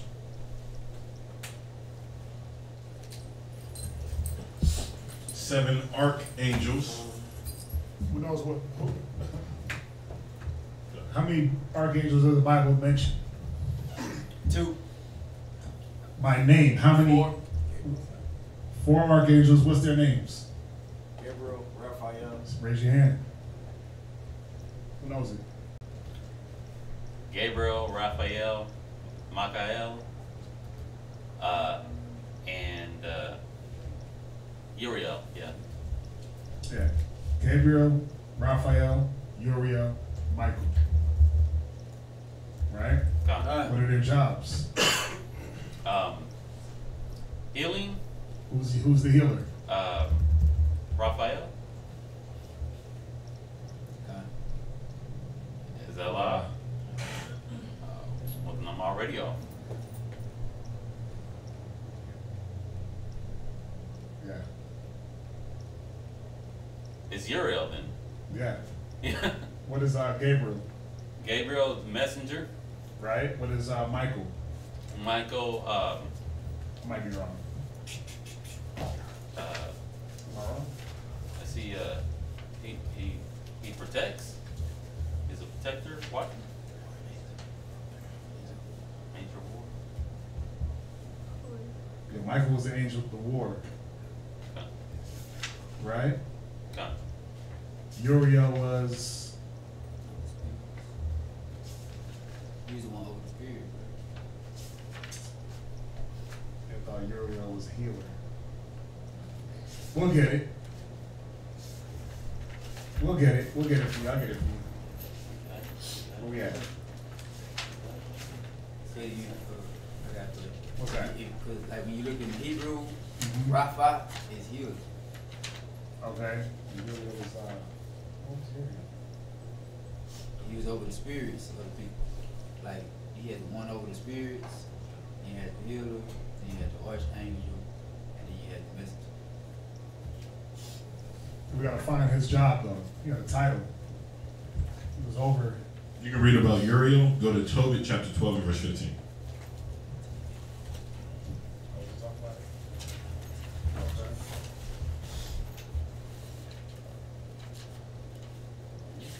this is about Raphael. Said 12 and 15. Yes, sir. Tobit chapter 12 and verse 15. Done. I am Raphael, one of the 7 holy angels, which present the prayers of the saints, and which go in and out before the glory of the Holy One. And the reason why we go here, because in Revelations it says there's 7 holy angels, right? The Bible only, as far as what we have, it only names 4. Then we go to Tobit to show that even Raphael himself tells you that there's 7 holy angels, right? Or 7 archangels, to show you that yes, the Apocrypha lines up with the Bible. You see that? They don't contradict. He don't say I'm one of the 10 holy angels, or I'm one of the only 4. He says I'm one of the 7, just like it says in Revelation, right? That's just one precept to show they link up, right? Right. Jump back. Jump back. Read Revelations 2 again. Revelation chapter. And to them were given 7. Is the alarm down?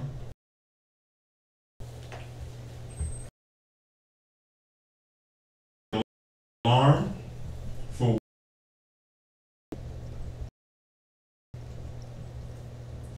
to initiate the full. Already, and I just came. I keep a sword in the car, and I keep one out. Okay. So the trumpet was an alarm, alarm for war purpose.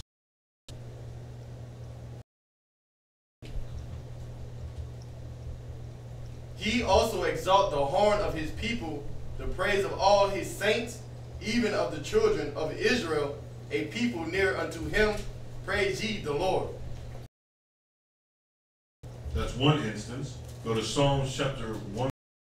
Let's get at you quick. All right. Got it? Everybody got it? Okay. Psalm chapter 149, verse 2. Him. Verse 5. Let the saints be joyful. 3. I have a question. Answer. You said that's the fulfillment of the future prophecy. I don't get that. With those verses. It says to initiate. Where you at?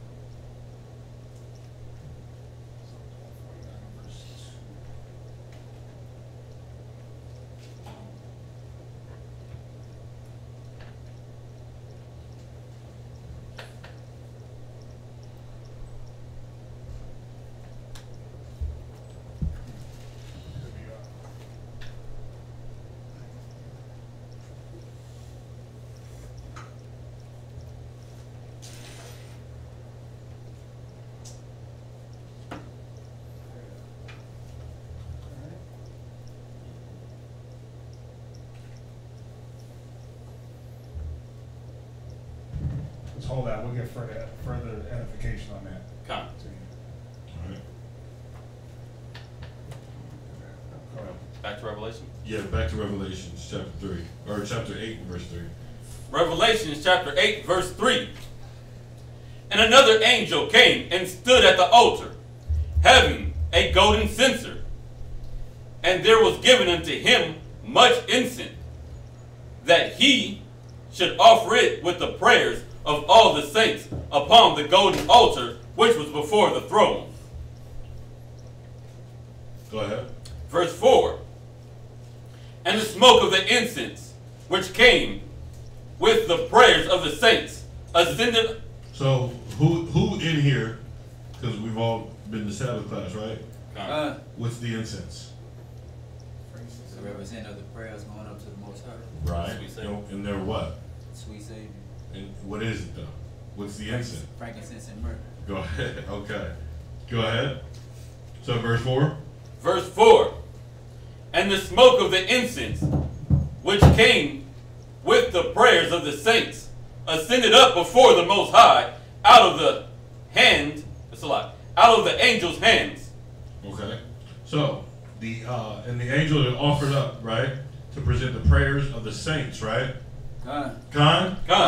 Okay, so the saints equal the Israelites.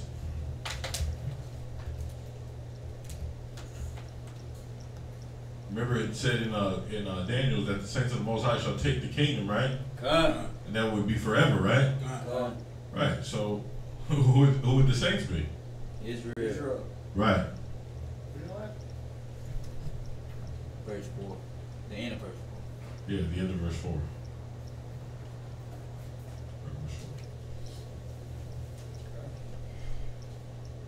All right. God. I think that's Psalms. That Psalms 148 goes for verse 4. That's what it's talking about. Who the saints are. Yeah, You see that? So it's just out of order. Yeah, that's Psalms 148 and 14. That goes to show verse 4 who the saints are. right. Okay. Verse 4, right? Yeah. 148. Even on the children getting that song. Right. So that Come. goes for the saints. Come. And then also,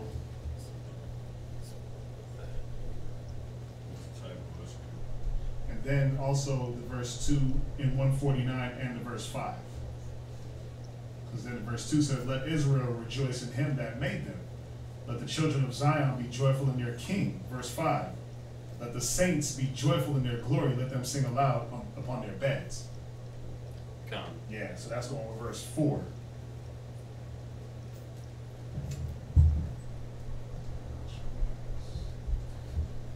Because we know that the trumpets, if you go back to verse 2, trumpets were an alarm for the war. Come. Damashai. Can you repeat those scriptures, please? Psalms 148 and verse 14. Psalms 149 verse 2 and verse 5.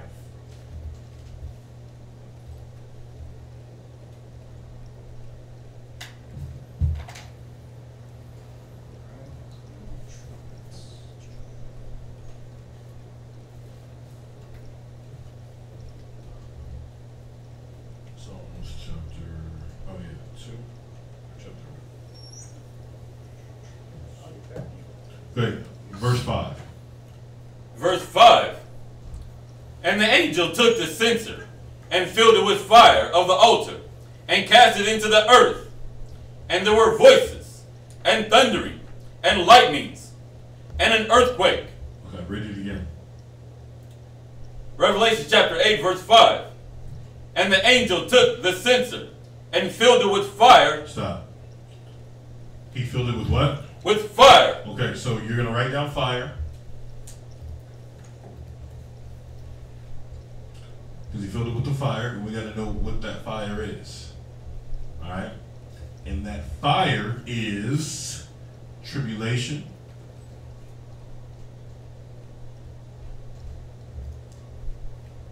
comma, suffering, being sent on earth by the Most High. I'll read it again. That fire is the tribulation, right?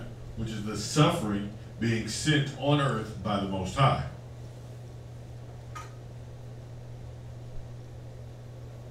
Let me know when you write that down. Okay. We'll wait. Come. Time? Okay. Ray, give me Luke chapter 12 and verse 49.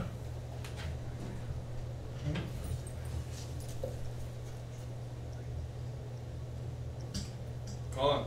Luke chapter 12, verse 49. I am come to send fire on earth, and what will I, if it be already kindled?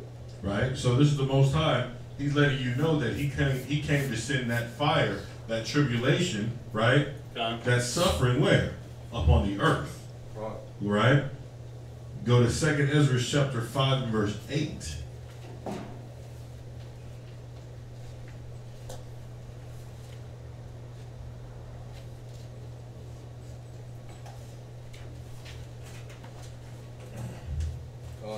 Give me a con when you got it. Con. Con. 2nd Ezra chapter 5 and verse 8. Con. Go ahead. 2nd Ezra chapter 5, verse 8. And he said unto me, hold up, block Con. chapter 5, verse 8. There shall be a confusion also in many places, and the fire shall be off, sent out again. And the fire shall what? Be off, sent out again. So what does that fire represent, class? Tribulation. Tribulation. The what? Tribulation. And the suffering. The tribulation and the suffering. Right? Con. So after the confusion in many places, that tribulation, that suffering, shall be sent out, right? Off and out again. Go ahead. And the wild beasts shall change their places, and menstruous women shall bring forth monsters. Yeah. Yeah. Everything's going to be out of whack. Right? Con. Things getting serious. Right? Con. Jump to 16 and verse 15. Say that. Yes, sir. Yes, sir. Chapter 16. Con. 2nd Ezra chapter 16 and verse 15. Come on, 2nd Ezra chapter 16, verse 15. Wait until everybody has it, and when you do, there you go. Con. Con. 2 people got it. Con. Con, the fire is kindled and shall not be put out. So the fire, this tribulation, this suffering, it's started. When it means kindled, it's getting started, right? It's that spark. All right. So it says the fire is kindled. Go ahead. And it shall not be put out. Go ahead. Till they consume the foundation of the earth. So this tribulation and this suffering isn't going to just start and end in one place. It's going everywhere. Con? Con. Was that it? Con. Okay, and that was the end of verse 5. Go back to Revelation. Verse 15. 15 and 16. Or 15. Go back to Revelation chapter 8 and verse 6. You didn't want me to finish 5? Oh, did you finish? You didn't finish 5. Go ahead. We stopped at the fire. Okay, in the fire. Go ahead. Of the altar, and cast it into the earth.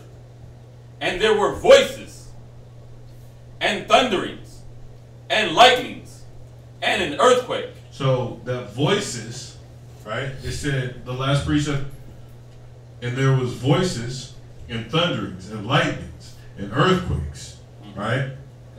So the voices and all the way to the earthquakes, that was the destruction of the earth. Destruction upon the earth. Upon the earth, I'm sorry. Destruction upon the earth.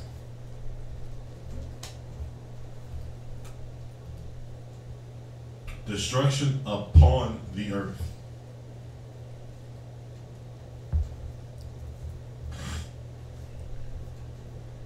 You got that written down? You said la? Okay. Ain't no rush. Con? Okay, so let's recap. All right. Christian. All right. How many archangels are there? 7. Okay. Give me 4. Michael, Raphael, and Caleb. Okay.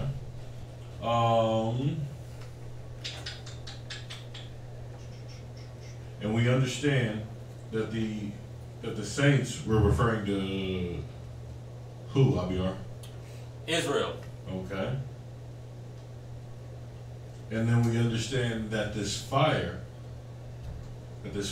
is representing what, Yarmai? Tribulations and suffering brought upon the earth by the Most High. There it is. All right. Con? Con. All right.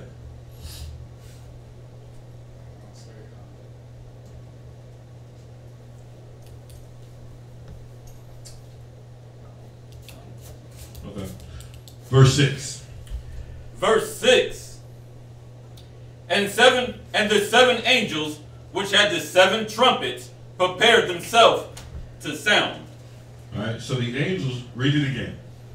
And the seven angels which had the seven trumpets prepared themselves to sound. So the angels preparing themselves to sound was each angel preparing to act upon the Most High's order to release destructions. And back up in verse 2, where we had those scriptures for the trumpet. Somebody go to Ezekiel 7 and verse 14. Because the trumpet symbolized the beginning of war and the beginning of the prophecies. So go to Ezekiel. Ezekiel chapter 7 verse 14.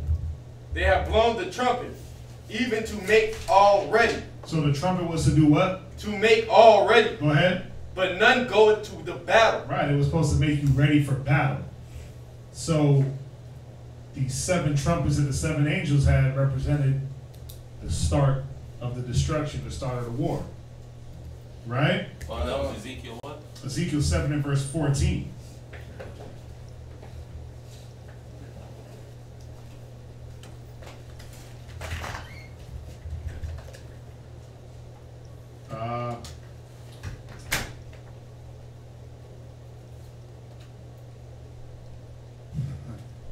Go to Joel chapter 2 and verse 1. Joel chapter 2 and verse 1.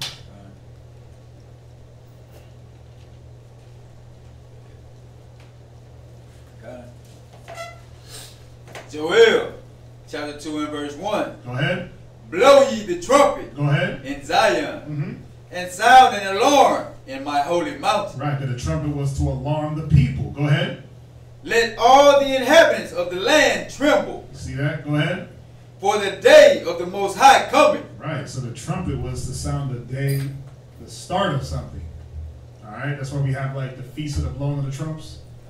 You know, technically we're supposed to blow the trumpets when you go into it. You blew trumpets at the new moon. You blew trumpets at a new month, a new year. Anytime there was a start of anything that we did, we sound that ram's horn. Go to Amos 3 and 6. This is showing that the trumpet was symbolizing that start of that war. The start of the destruction of these seven angels. Go ahead. Amos chapter 3 verse 6. Go ahead. Shall a trumpet be blown in the city, and the people not be afraid? Why wouldn't they be afraid? Why should they be afraid? That's the start of war. So he was saying, shall a trumpet be blown in the city and the people not be afraid? Go ahead. Shall there be evil in a city, and the Lord hath not done it? Right, that's another question. But the point being, shall a trumpet be blown in the city and the people not be afraid? Because in them times when you heard that trumpet, what happened? He was like, oh, we about to get it. Man, your battle station. It's just like when you watch any old war movie and you hear, right? Everybody running and scrambling. When you hear, when you watch any of these new war movies, when they talk about like bombing America, America has trumpets that blow to let you know to take cover, right? So yeah, even when that on the phones, anything that happens, yeah, if there's a flood, they blowing up your phone. A kid gets stolen, they blowing up your phone, right? So that's what the trumpet represented. So these seven angels had these seven trumpets that represented the start of whatever the Most High was going to have each one do. Right? Correct. So y'all got that? So that's what the trumpets represented, and those are the scriptures to back that up. Go ahead. Read verse 6 again. Revelation chapter 8 verse 6. And the seven angels which had the seven trumpets prepared themselves to sound.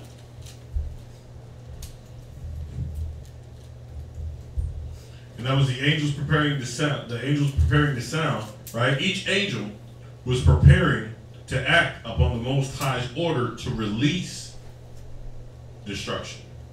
All right. You got that written down? Wow.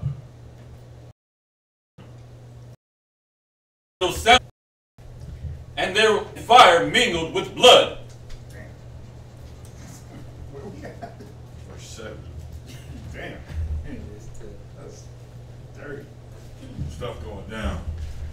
Go ahead, read it again.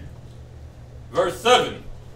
And the first angel sounded with blood. Part of the trees was burnt up, and all green grass was burnt up.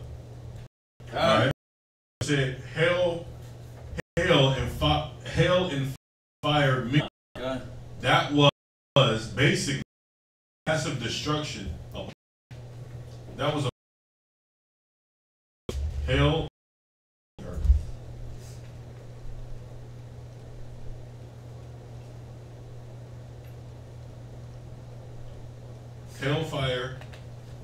Hail and fire mingled with blood equals 7.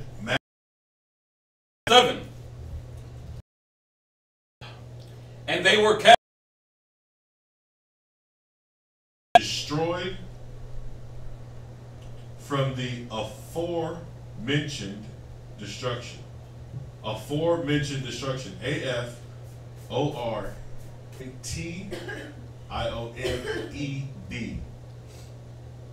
Aforementioned.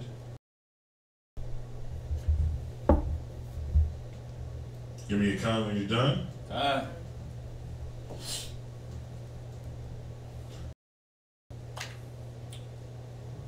Verse 8. Burning with fire was cast, he became blood. Go ahead, read it again. So this great amount equals America. And I'll America, go to Jeremiah chapter 51 and verse 24. Because like the brother said, it's not going to flat out say America.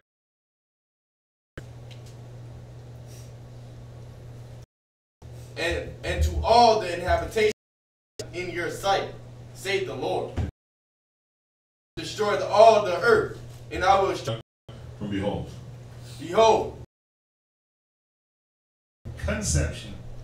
It was all, this whole country was established in iniquity. It was built on blood, on other men's blood, right? From the way the Native Americans have dealt, word, sexuality, bestiality, all the things that are against the Bible. When they went over into like the war in Afghanistan, the recent one, they were like, Iraq, Afghanistan, their women are submissive. They wear, they're all pornography and all these different things into the country. I believe, and I'm not sure how true this is, but I heard it, that Obama had passed a law that the soldiers could like live them crazy. Don't ask, don't tell. So they were letting them do that. They're destroying mountain because it's not just physical destruction. Where they push Tel Aviv in Israel, they got gay clubs out there. You got all these countries that actually held to a standard. They ain't got no standard because they following Big Bro. They following America. They following the abortion. They following the homosexuality. They following, a woman can be single and divorce her husband. What's up? Pedophilia also. Yeah, pedophilia. There was No, go ahead. There was a case that I recently saw in this documentary. There was the Iraqi, one of those Middle Eastern countries, tied a boy up to the bed. Right, repeatedly raped him. He got beat up by a soldier. Yeah. So they're trying to throw charges on the soldier because he got completely killed him or something like that. Right. So yeah, but and let's be real. Some of these countries, they wicked as hell anyway. Some of these guys, come on. Some of them have traditions where they get the little 7-year-old girl. The mom will bring her into the older man, and the mom will help her get raped. I believe they do that in Israel. In some parts, they do that in Israel. They do that in the Middle East. So it ain't like America is just totally influencing these countries, but America has the big influence. They got the money. They got the capital. They got the military to force their will. They were going to countries like, they were going to like places like Jamaica. And this is when Obama was president, when he was running around passing his homosexual law act. where he was just letting everybody be a faggot legally. He was going to countries like Jamaica telling them, if you don't ease up on killing the faggots, then we're going to put trade embargoes on you and not let you export goods and things like that. He went to Africa and did that. Because they don't believe in homosexuality. Some parts they don't deal with that. A lot of them they deal with it. I mean, come on, Sodom and Gomorrah was the Hamites, right? So that's in their spirit. But America perpetuates these things, and they'll put sanctions and embargoes if you don't bend to the faggot will that they have. If you don't lower your standards and your morals, America, they'll fight wars with you, they'll check you, but because they're this burning building, they're this burning mountain. Everything needs to be burnt up in this damn place. So that's what America represents, this Babylon the Great of today. What you got? It says the Senate on Thursday evening voted 93-7 to approve a defense authorization bill that includes a provision which not only repels the military laws on sodomy. Or repeals the law? Yeah, repeals the law. But the military ban on the sex with animals. Oh, so when it repeals, it takes away the ban exactly on sodomy. So they're okaying sodomy, and they're okaying sex with animals. So yeah, with animals or bestiality. Or bestiality, which is the same thing. Basically. So they're like, yeah, you can go bang a goat. You can go bang a camel. Listen, my cousin's husband was in the military. He showed me some crazy ass videos of what them dudes was doing over there. They were having sex with goats. Like, I'm talking about Americans. And then they would show you videos of like even like the natives, some of the Middle Easterners banging their goats, banging their animals, and it's like, come on, man. But that's America. They push this. They make it like it's cool. You know? So that's why they represent this burning mountain, this great Babylon. Go ahead. You had a question? I was gonna say, if y'all get a chance, you check out Mr. Hebrew, and he got one that he got on there called Abomination. And they actually have a live half man, half sheep, where somebody actually laid. Oh yeah, see, it's crazy. Man. And sometimes they be trying to like, man, then next minute they be trying to talk like. Yeah, like I seen something like, I don't know how real this is, but some chick gave birth to like a half dog. I don't think a dog can get a woman pregnant. Oh, the thing that was running down the street. It wasn't running, it was like laying there dead. Like dragging it. Yeah, it was like laying there dead or something. I mean, I don't know if a dog can really impregnate a woman. I'm not that scientifically inclined. I would hope that the Most High wouldn't allow that to happen. But think about it. When a man lay with an animal, the Most High said kill that man and that animal. So nothing could come out of that. You didn't want these abominations, you know. So, but you gotta, you know, it's really about seeing what this country is doing to the rest of the world. They influence the world no matter what. What big bro say go, or else we gonna come out and beat you up. That's the gist of it. So that 25. So read verse 8 again. Revelation chapter 8, verse 8. And the second angel sounded, and as it were a great mountain burning with fire and cast into the sea. Right, so this burning mountain, this mountain burning was America on fire from nuclear bombs, right? This is Babylon the Great we're talking about, right? And it said it was cast into the sea, which means it was brought down out of rulership. Because no matter how much ways you want to dice it up, America is the ruling nation amongst all the nations. It got the biggest military. It got all the keys that it needs to be the biggest. Might not have all the money, but they'll get it. But they got the military. They got the weapons. So this is the ruling nation. Right? So it was brought down out of rulership. Right?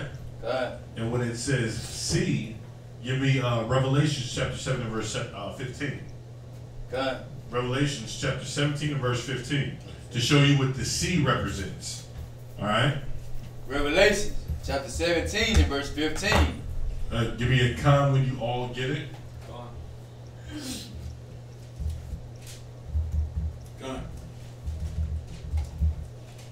Go ahead. And he said unto me, the waters which thou sawest was the whore sitteth, where the whore sitteth. Read it again. Start from the top. Revelation chapter 17 and verse 15. And he said unto me, the waters which thou seest, which thou sawest, were the whore, where the whore sitteth, are peoples, and multitudes, and nations, and tongues. So the sea represents what? Are the people, the multitudes, nations, and tongues. All right? So this is that definition of the seas. All right? John? I'll give you a second to write that down.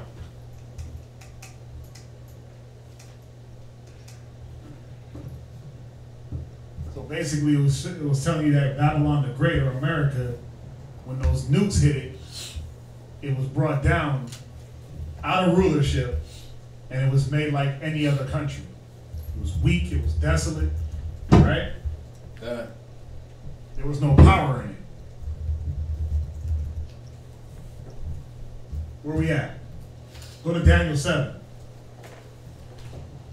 Go to Daniel 7 and verse 3.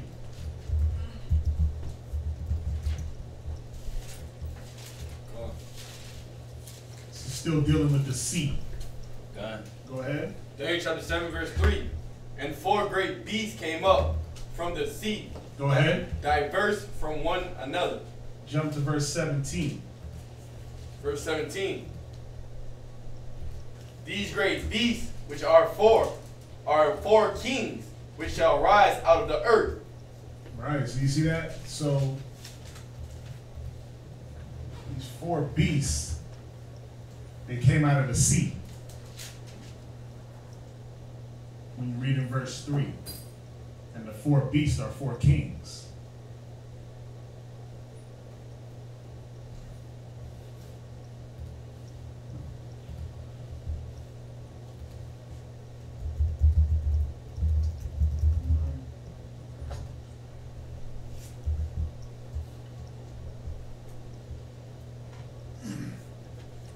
And then you can write down when it says the sea became blood.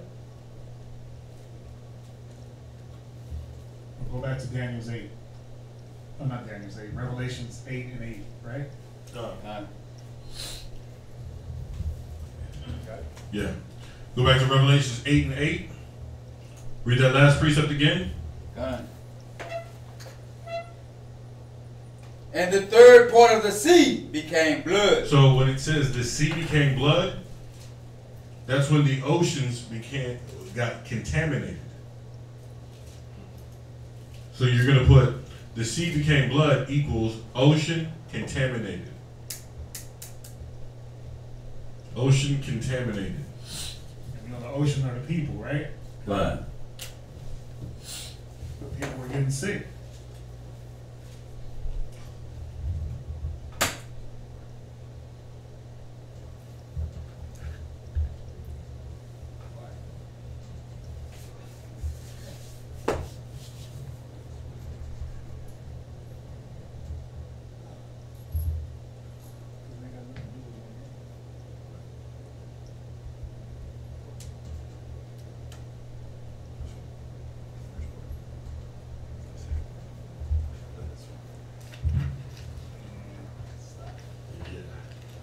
Verse 9.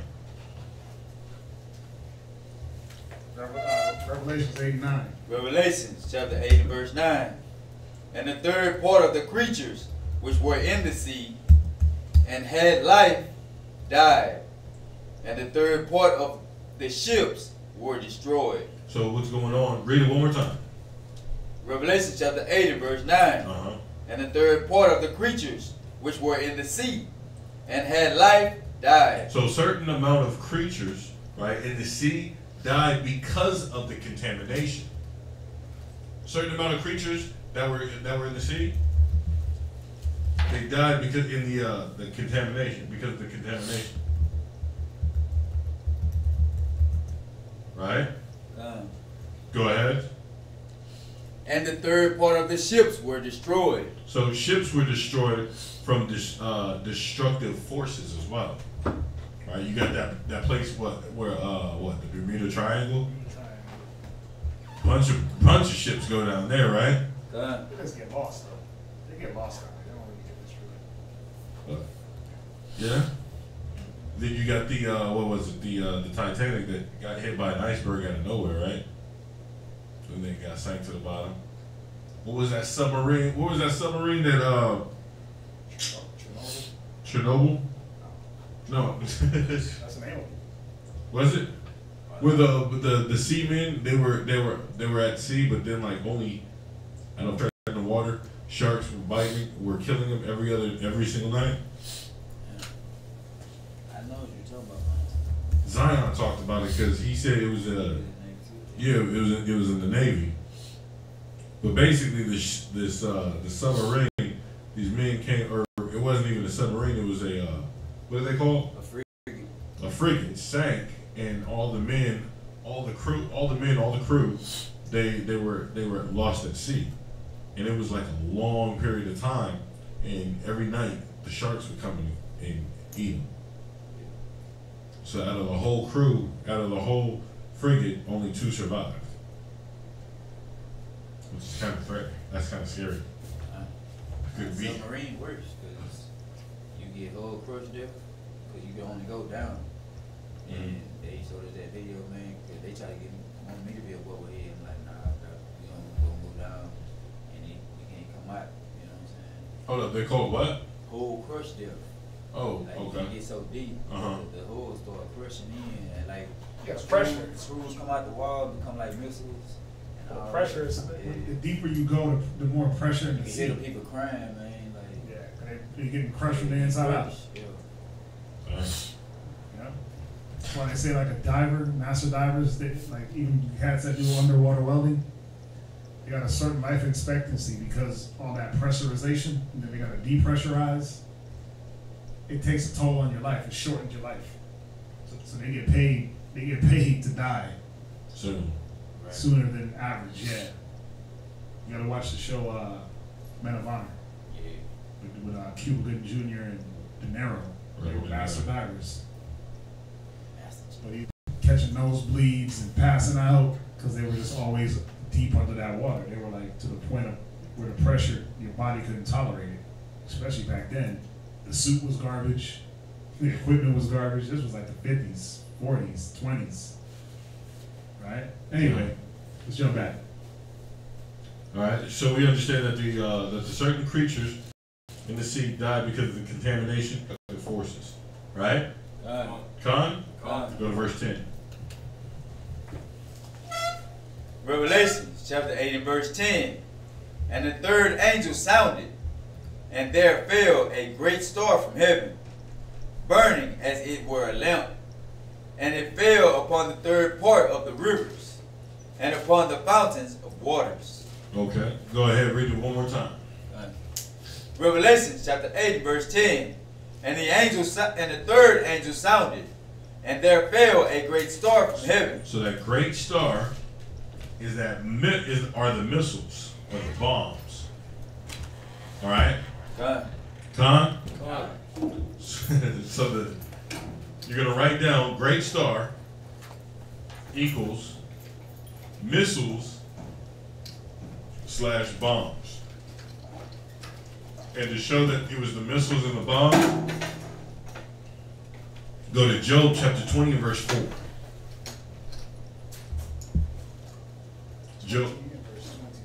Job chapter 20 and verse 24 and 25.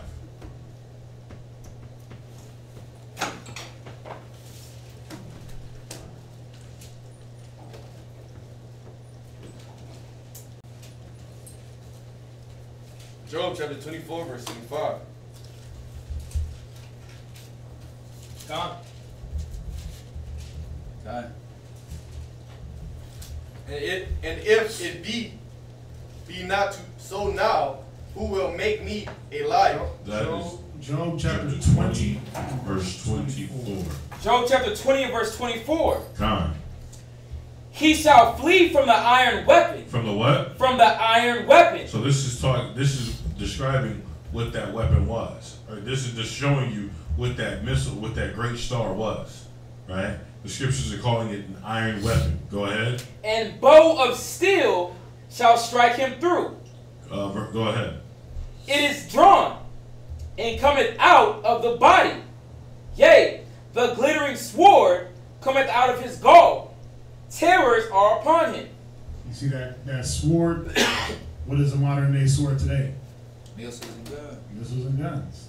So it's letting you know that's gonna drop in this water. Where we at? Verse what? 25. Verse 10 in Revelations. Right. The third angel sounded, and there fell a great star from heaven, burning as it were a lamp, and fell upon the third part of the rivers and upon the fountains of waters. You see that?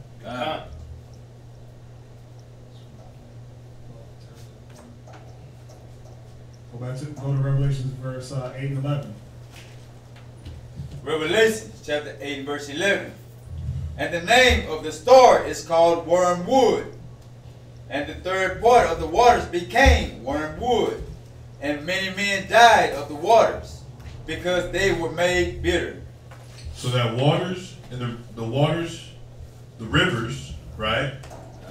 That all made bitter. They all made by bitter bombs. All made bitter by bombs. Right? All made bitter by bombs.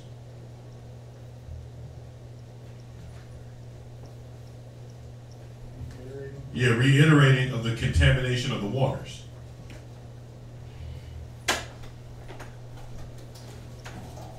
So the waters and the rivers equals all made bitter by bombs. Reiterating the contamination of water.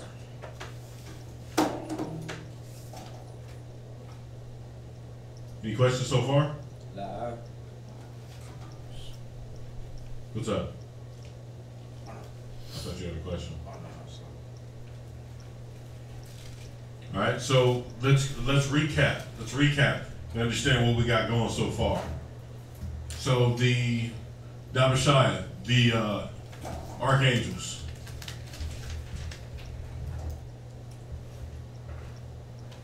Who are they? Michael, Raphael, Uriel, Right, but there's how many total? 7. Okay, but it only talks about 4, right? And Ray, who are the saints? The children of Israel. They were Israelites, right?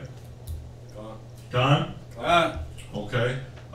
Christian, what did the fire represent? Fire represents which one? The hellfire mingled with blood, or the fire and the... No, there was no hellfire. There was hell and fire mingled with blood. Yeah, that's what I said. No, straight fire. Straight fire. Uh-huh. What's that fire?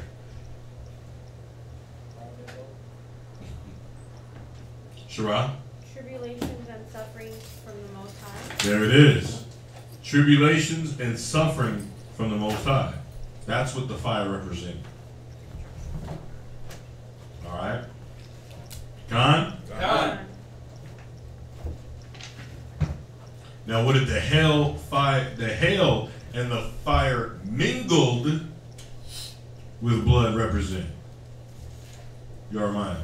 Massive destruction on the earth. Okay.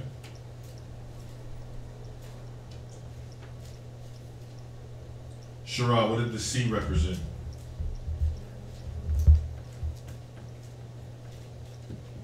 I don't have that one. I must have missed Your mind.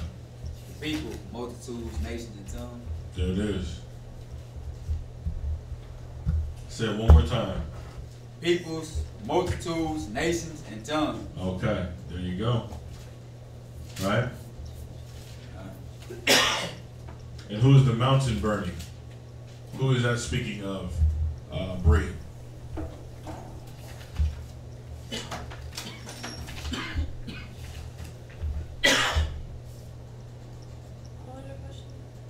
The mountain burning? Who is that speaking of?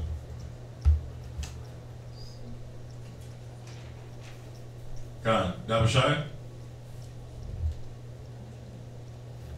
Okay. The mountain burning. See, this is why it's important you take down good notes. Because, yeah, Khan, it sounds like a good story. It sounds like a good story. Good night, good bedtime story before bed. But this is actually information that's meat according to the scriptures. That's going to feed you. So you can pay attention and understand the times. Instead of, cool story, bro.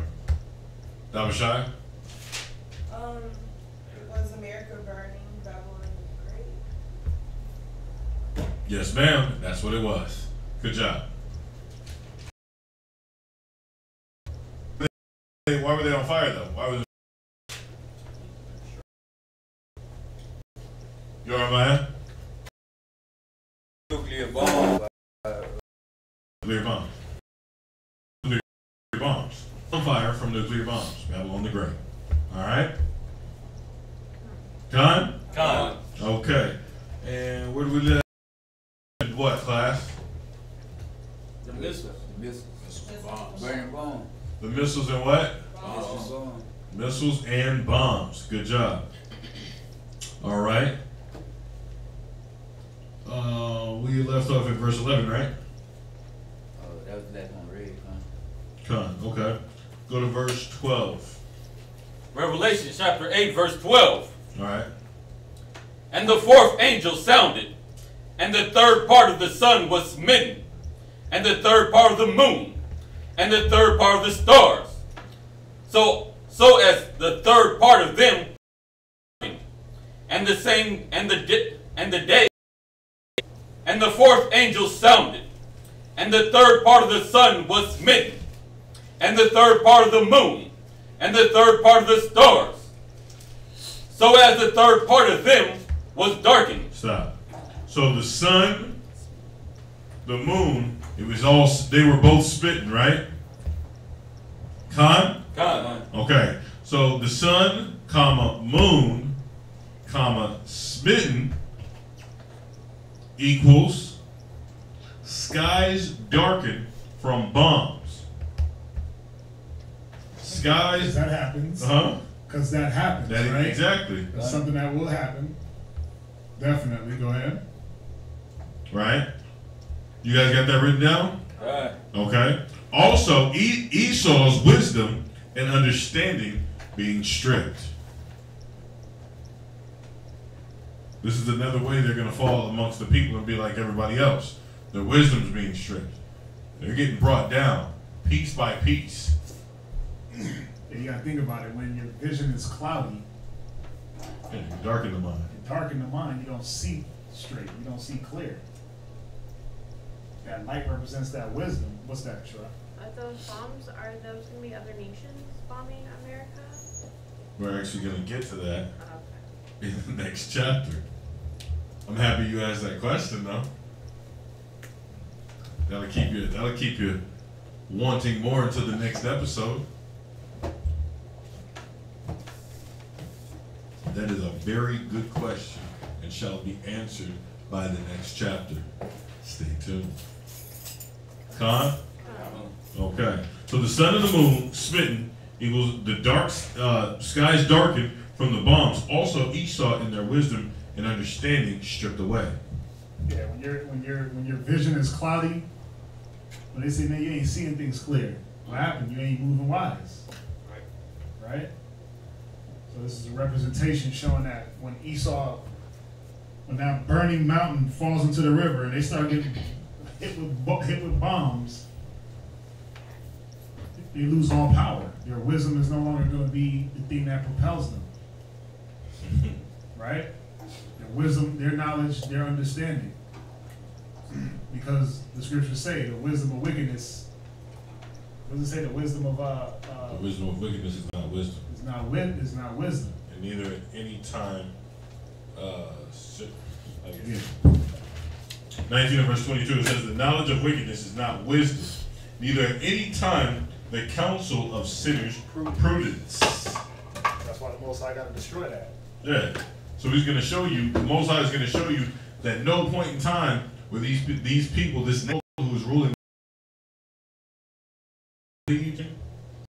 was actually a false lie.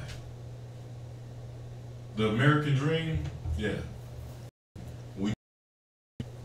The running to a town, right? They trying to get it. Thought was logical there. The day shone not forth a third part of it, and the night likewise. Right. So, give me the second. And the fourth angel sounded, and the third part of the sun was smitten. And the third part of the moon, and the third part of the stars. Stop. So we understand the sun and the moon.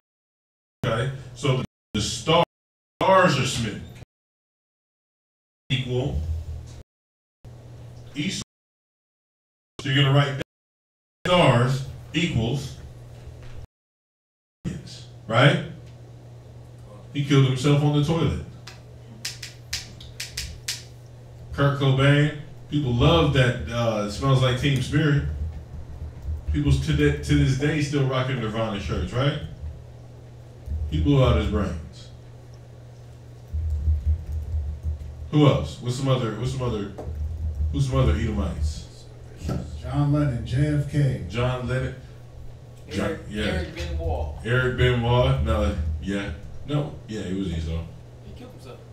Oh, it's not as they kill themselves, they just start dying. Yeah, these stars are just falling.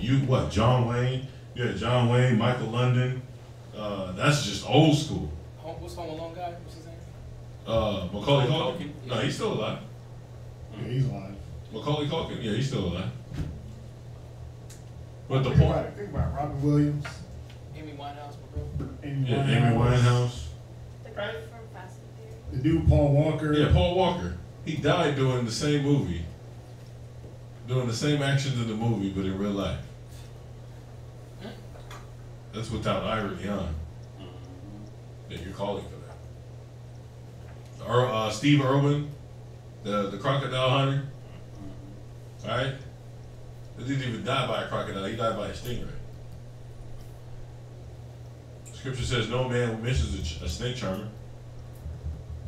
No man will pity a snake charmer. Well, that's right, pity a snake charmer. Sorry. David Carradine, come on. The Kung Fu master dies from S&M asphyxiation. Oh, that was my guy, yeah. He died in Thailand. Yeah, he died with some rope around his neck attached to his penis. Stockings around his neck. No, it was over his face, right? It was like attached to his neck, around his penis, hanging in a closet. Yeah. You're a great Kung Fu master and you die that way with your pants down, bro. That's sad, man. But it's showing you those stars are brought down. But listen, Kimbo Slice, Ray Charles, Michael Jackson, Prince. What about the Israelite stars? Those right? are represented also, right? Exactly. You saw stars and Israelites. The wicked Israel. The wicked, yeah, that's right. Those chasing the American dream. Prince, Michael Jackson, Martin Luther King, Dick Gregory. Oh. Well, he just died. It ain't too early. Marvin Gaye, James Brown. Yeah, Kimbo Slice. Kimbo Slice was like 50, like 52. He died early. It's a lot of them, man. A lot of the stars, celebrities who died on both sides. But it's showing you that the Most High, what he's doing, he's crushing all of that ideal, that idea of the wisdom of this world. He's showing you literally that it's stupidity. Okay, the Esau is going to lift you up in a negative form because you actually took the steps to follow his dream. But guess what? The Most High has the ultimate say so. Right? Give me Matthew chapter 24 and verse 29. Matthew chapter 24 and verse 29.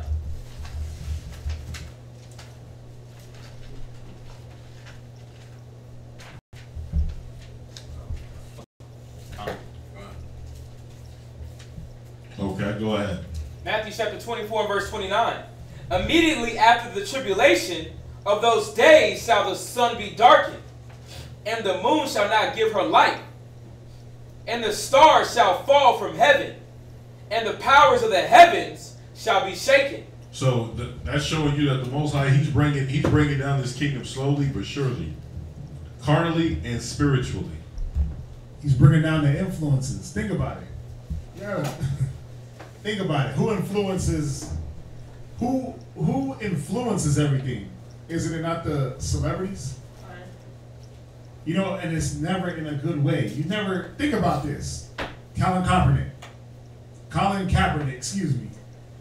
He's trying to push his agenda, this positive agenda, this I'm gonna be charitable, I'm gonna feed poor countries, right? I'm gonna stand up for what's right. Ain't nobody messing with him. Right? But then on the other hand, you got LeBron James, who ain't did nothing for nobody. He's the biggest celeb. People worship this man. He might have sent a few kids to college. Big damn deal. Big deal. What have you actually done in your community? You see, the wicked, like when you read, it's almost like they get this. It's like, nah, I got these influences. Because these celebrities in such a negative way. But when it's time for something positive, I ain't no role model. I can't be a role model and raise your kids, take your kids' money, right? Follow it. Look at it. Getting burnt up in some damn and burnt alive. You screaming. Getting the influence that these people have, the pedestal that they have, that are role models and influence things and influence change. I mean, you got a cat like I mean, think about it. You got a cat like Prince. Guess what? With his little ass, feminine ass tendencies. I don't care how deep your damn voice is. You do not wear a woman's shirt. You know what I'm saying? He didn't want to deal with his tendencies, and he pushed that agenda like, yeah, it's cool for a man to be ambiguously gay or straight, whatever, flamboyant, whatever the hell he was. He had high heels on. He used to rock high heels and blouses, ruffled blouses, man. I forgot about the pants with no butt. The pants with no butt? No butt. That's what you call it. Michael Jackson was in it, all these. Something that the Most High, just to say, like, these niggas is wicked. Truly. They never died on. They died on drugs. Bottom damn line. They were doing something for themselves. They weren't doing anything for the people. So the Most High is like, I'm going to cut that in. Talking about Little Wayne. The house of crap. Come on, man. I listened to that song Old Girl said at Riverdale Road by 2 by themselves, bro. I was like, I can't believe she actually recommended that. Yes. I'm like, 2 Chainz, go sit your ass down. We ain't playing that over here. What they want to do? Look at Usher. Bobby Valentino. He's so sexy. He's so sexy. He looks like a sodomite in everything that he wears. Why everything you wear gotta be damn nipple tight? A young jock. You got a young jock looking like somebody's auntie. Looking like an angry aunt that shows up at the barbecue. Yeah, but you a man. This is the thing. So when things happen to these people, as hell anyway. Selena. When did she ever try to tell one of these was wear the tightest pants you can find? Take it. Most High had to put her down. Like, nah, you too much of an influence. Right. But it's in the wrong way. What's up about her? You know what you said, like with anybody being innocent I got the precept on that. Go ahead. Yeah. Job chapter 4, verse 7. Go ahead. Remember, I pray thee, whoever perished, being innocent. Tupac, was he innocent? Hell nah. He had an attitude problem. He put hands on the wrong person. First of all, he came up with the slogan, only God can judge me. Oh. So guess what? The Most High judged him. Did that. The Most High put his ass to death. Biggie, was he innocent? Nah, he was over there talking about life after death. So you speaking on things that are higher than you. So the Most High said, I'm going to show you life after death. You wicked. And I'm going to make your ass pay for the things you did after this life. I'm going to show you your life. I'm going to show you your life after death in 3D. All that weed smoking, blunt talking, banging this chick, banging that chick. Guess what? Here go that death. Here go that death angel. Go ahead. Or wherever, that's a lot. Or where were the righteous cut off? You see that? But then when you look at how Enoch was translated, you look at how the Most High dealt with Christ, with Paul, the men of the scriptures, were they ever cut off or forsaken? Yeah, they were put to death before the apostles, put to death. Christ fought before a righteous cause. You see that? To fulfill prophecy. So we got to understand, man, like, when you see these celebrities falling and you want to sit there and cry and act like you just lost your best damn friend. First of all, you don't even know him. You don't know Dick Gregory. Y'all are rested. I always see like the rest in pieces and I'm like, but you don't even know him. You don't know where the hell his spirit went.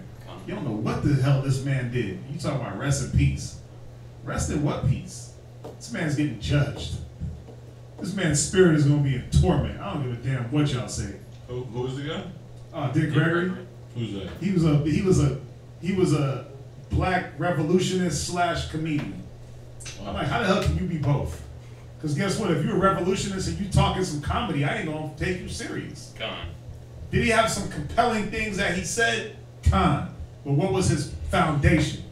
His foundation wasn't built on Christ. You see that? It wasn't built on Christ. Martin Luther King, Malcolm X, Huey P. Newton, all these cats, man, they got took out early. Oh, come on, as powerful as Marcus Garvey. Bruce Lee, man. Great martial artist, right? A person who's real hands-on when it comes to conquering the body and mind over matter, right? Couldn't conquer his own death. Because he thought he was creating something. He didn't give the credit to the Most High. Anyway, let's finish up. I could just talk for hours. I could go in. You could. Let's finish up. Verse 13, right? Verse 13 of Revelations. It's the last verse anyway. Revelation chapter 8, verse 13. Go ahead. And I beheld and heard an angel flying through the midst of heaven, saying with a loud voice, Woe, woe, woe to the inhabitants, to the inhabitants of the earth, by reason of the other voices of the trumpets of the 3 angels, which are yet to sound. So the angel warning this earth of the more woes to come, right? So that woe is the first world war. The second woe is the second world war. And there's one more. Oh, World War III is going to happen, right? Y'all know that, right? But it's going to be a real world war. The whole world is teaming up on this place. A global play, yeah. Where the whole world is teaming up on America. Like, it's going to be like ready, set, launch. That's what it's going to be. They're going to be like ready, set, launch. Because America thinks that they can like counteract the missiles that come. But not when you got 100 missiles coming at you. You ain't got enough counter ordnance to deflect. You don't have enough missiles to deflect the missiles. Then when they explode over your sky, it's going to contaminate your air anyway. Whoa. So, destruction. Whoa, whoa. Destruction. Bring it on. Don't you know? Did anybody see that eclipse today? I've seen it on YouTube. Yeah, the eclipse that happened today. What eclipse? You don't believe that it happened? What eclipse? No, look at it. Well, I seen it. Oh, I seen it. You walk outside and see that? Yeah, I seen it. I was waiting for Christ to just come behind. Right? That's what I said. The damn moon. I didn't watch it. I was waiting like, come on, y'all. Deliver us. At the same time, like, damn, I ain't ready. My spirit ain't clean enough yet. I ain't did enough. But yeah, man. Hey, listen, these things are happening because they're happening not for us to praise and worship the damn sun, moon, and stars. They're happening to show us to be ready. The time is near. The end of the last days is at the end. If y'all don't realize it, you know what I hate when people was like, well, my grandma was telling me about the, like, Polite said something. Polite, the Egyptologist. My grandma been telling me, yeah. My mom been telling me the birth of Christ began. Read that. But now we're in the final hall where it's gonna just get wicked and wicked. Y'all see it? Done. It's getting wicked out here. And this and that. And then Russia gonna hop in. I'm just like, man, do it. Trump is the best thing that ever happened. They probably be knows, but get your things in order. If you online, get your things in order. If you in this class, get your mind in order because the time is near. We might not live to see it, but at least if you are dead, at least you know you died with a good spirit. Your spirit was right, because that's what it's about. Everyone ain't gonna see Christ. And, you know, everybody ain't gonna be in that physical form. The dead gonna rise too, but make sure that your spirit is right, so he don't rise you just to drop you. You know what I'm saying? He don't raise that spirit just to cut it in half. So, with that, man, we got any questions? Any questions in here? All right, with that, we definitely thank y'all for joining us. You know, Mondays we do the history, so this is part of it. We got to do it so y'all can get some of these breakdowns. We definitely, appreciate y'all's patience. Again, if you have any donations, you can send that to 8524 South Braeswood Boulevard, Houston, Texas, 77071. You can also deposit that in our bank account at Wells Fargo under Israelite School of Biblical History and Practical Knowledge. And the account number is 101-580-6167. You can also send any money to isbhbk at Gmail. Excuse me. Yeah, isbhbk at gmail.com for the Google Wallet. Okay? Any donations you want to send in, send them to the school. We are doing yard sales to help raise money for the Passover that's coming up. But yeah, if there's nothing else, go ahead and salute them. Shalom.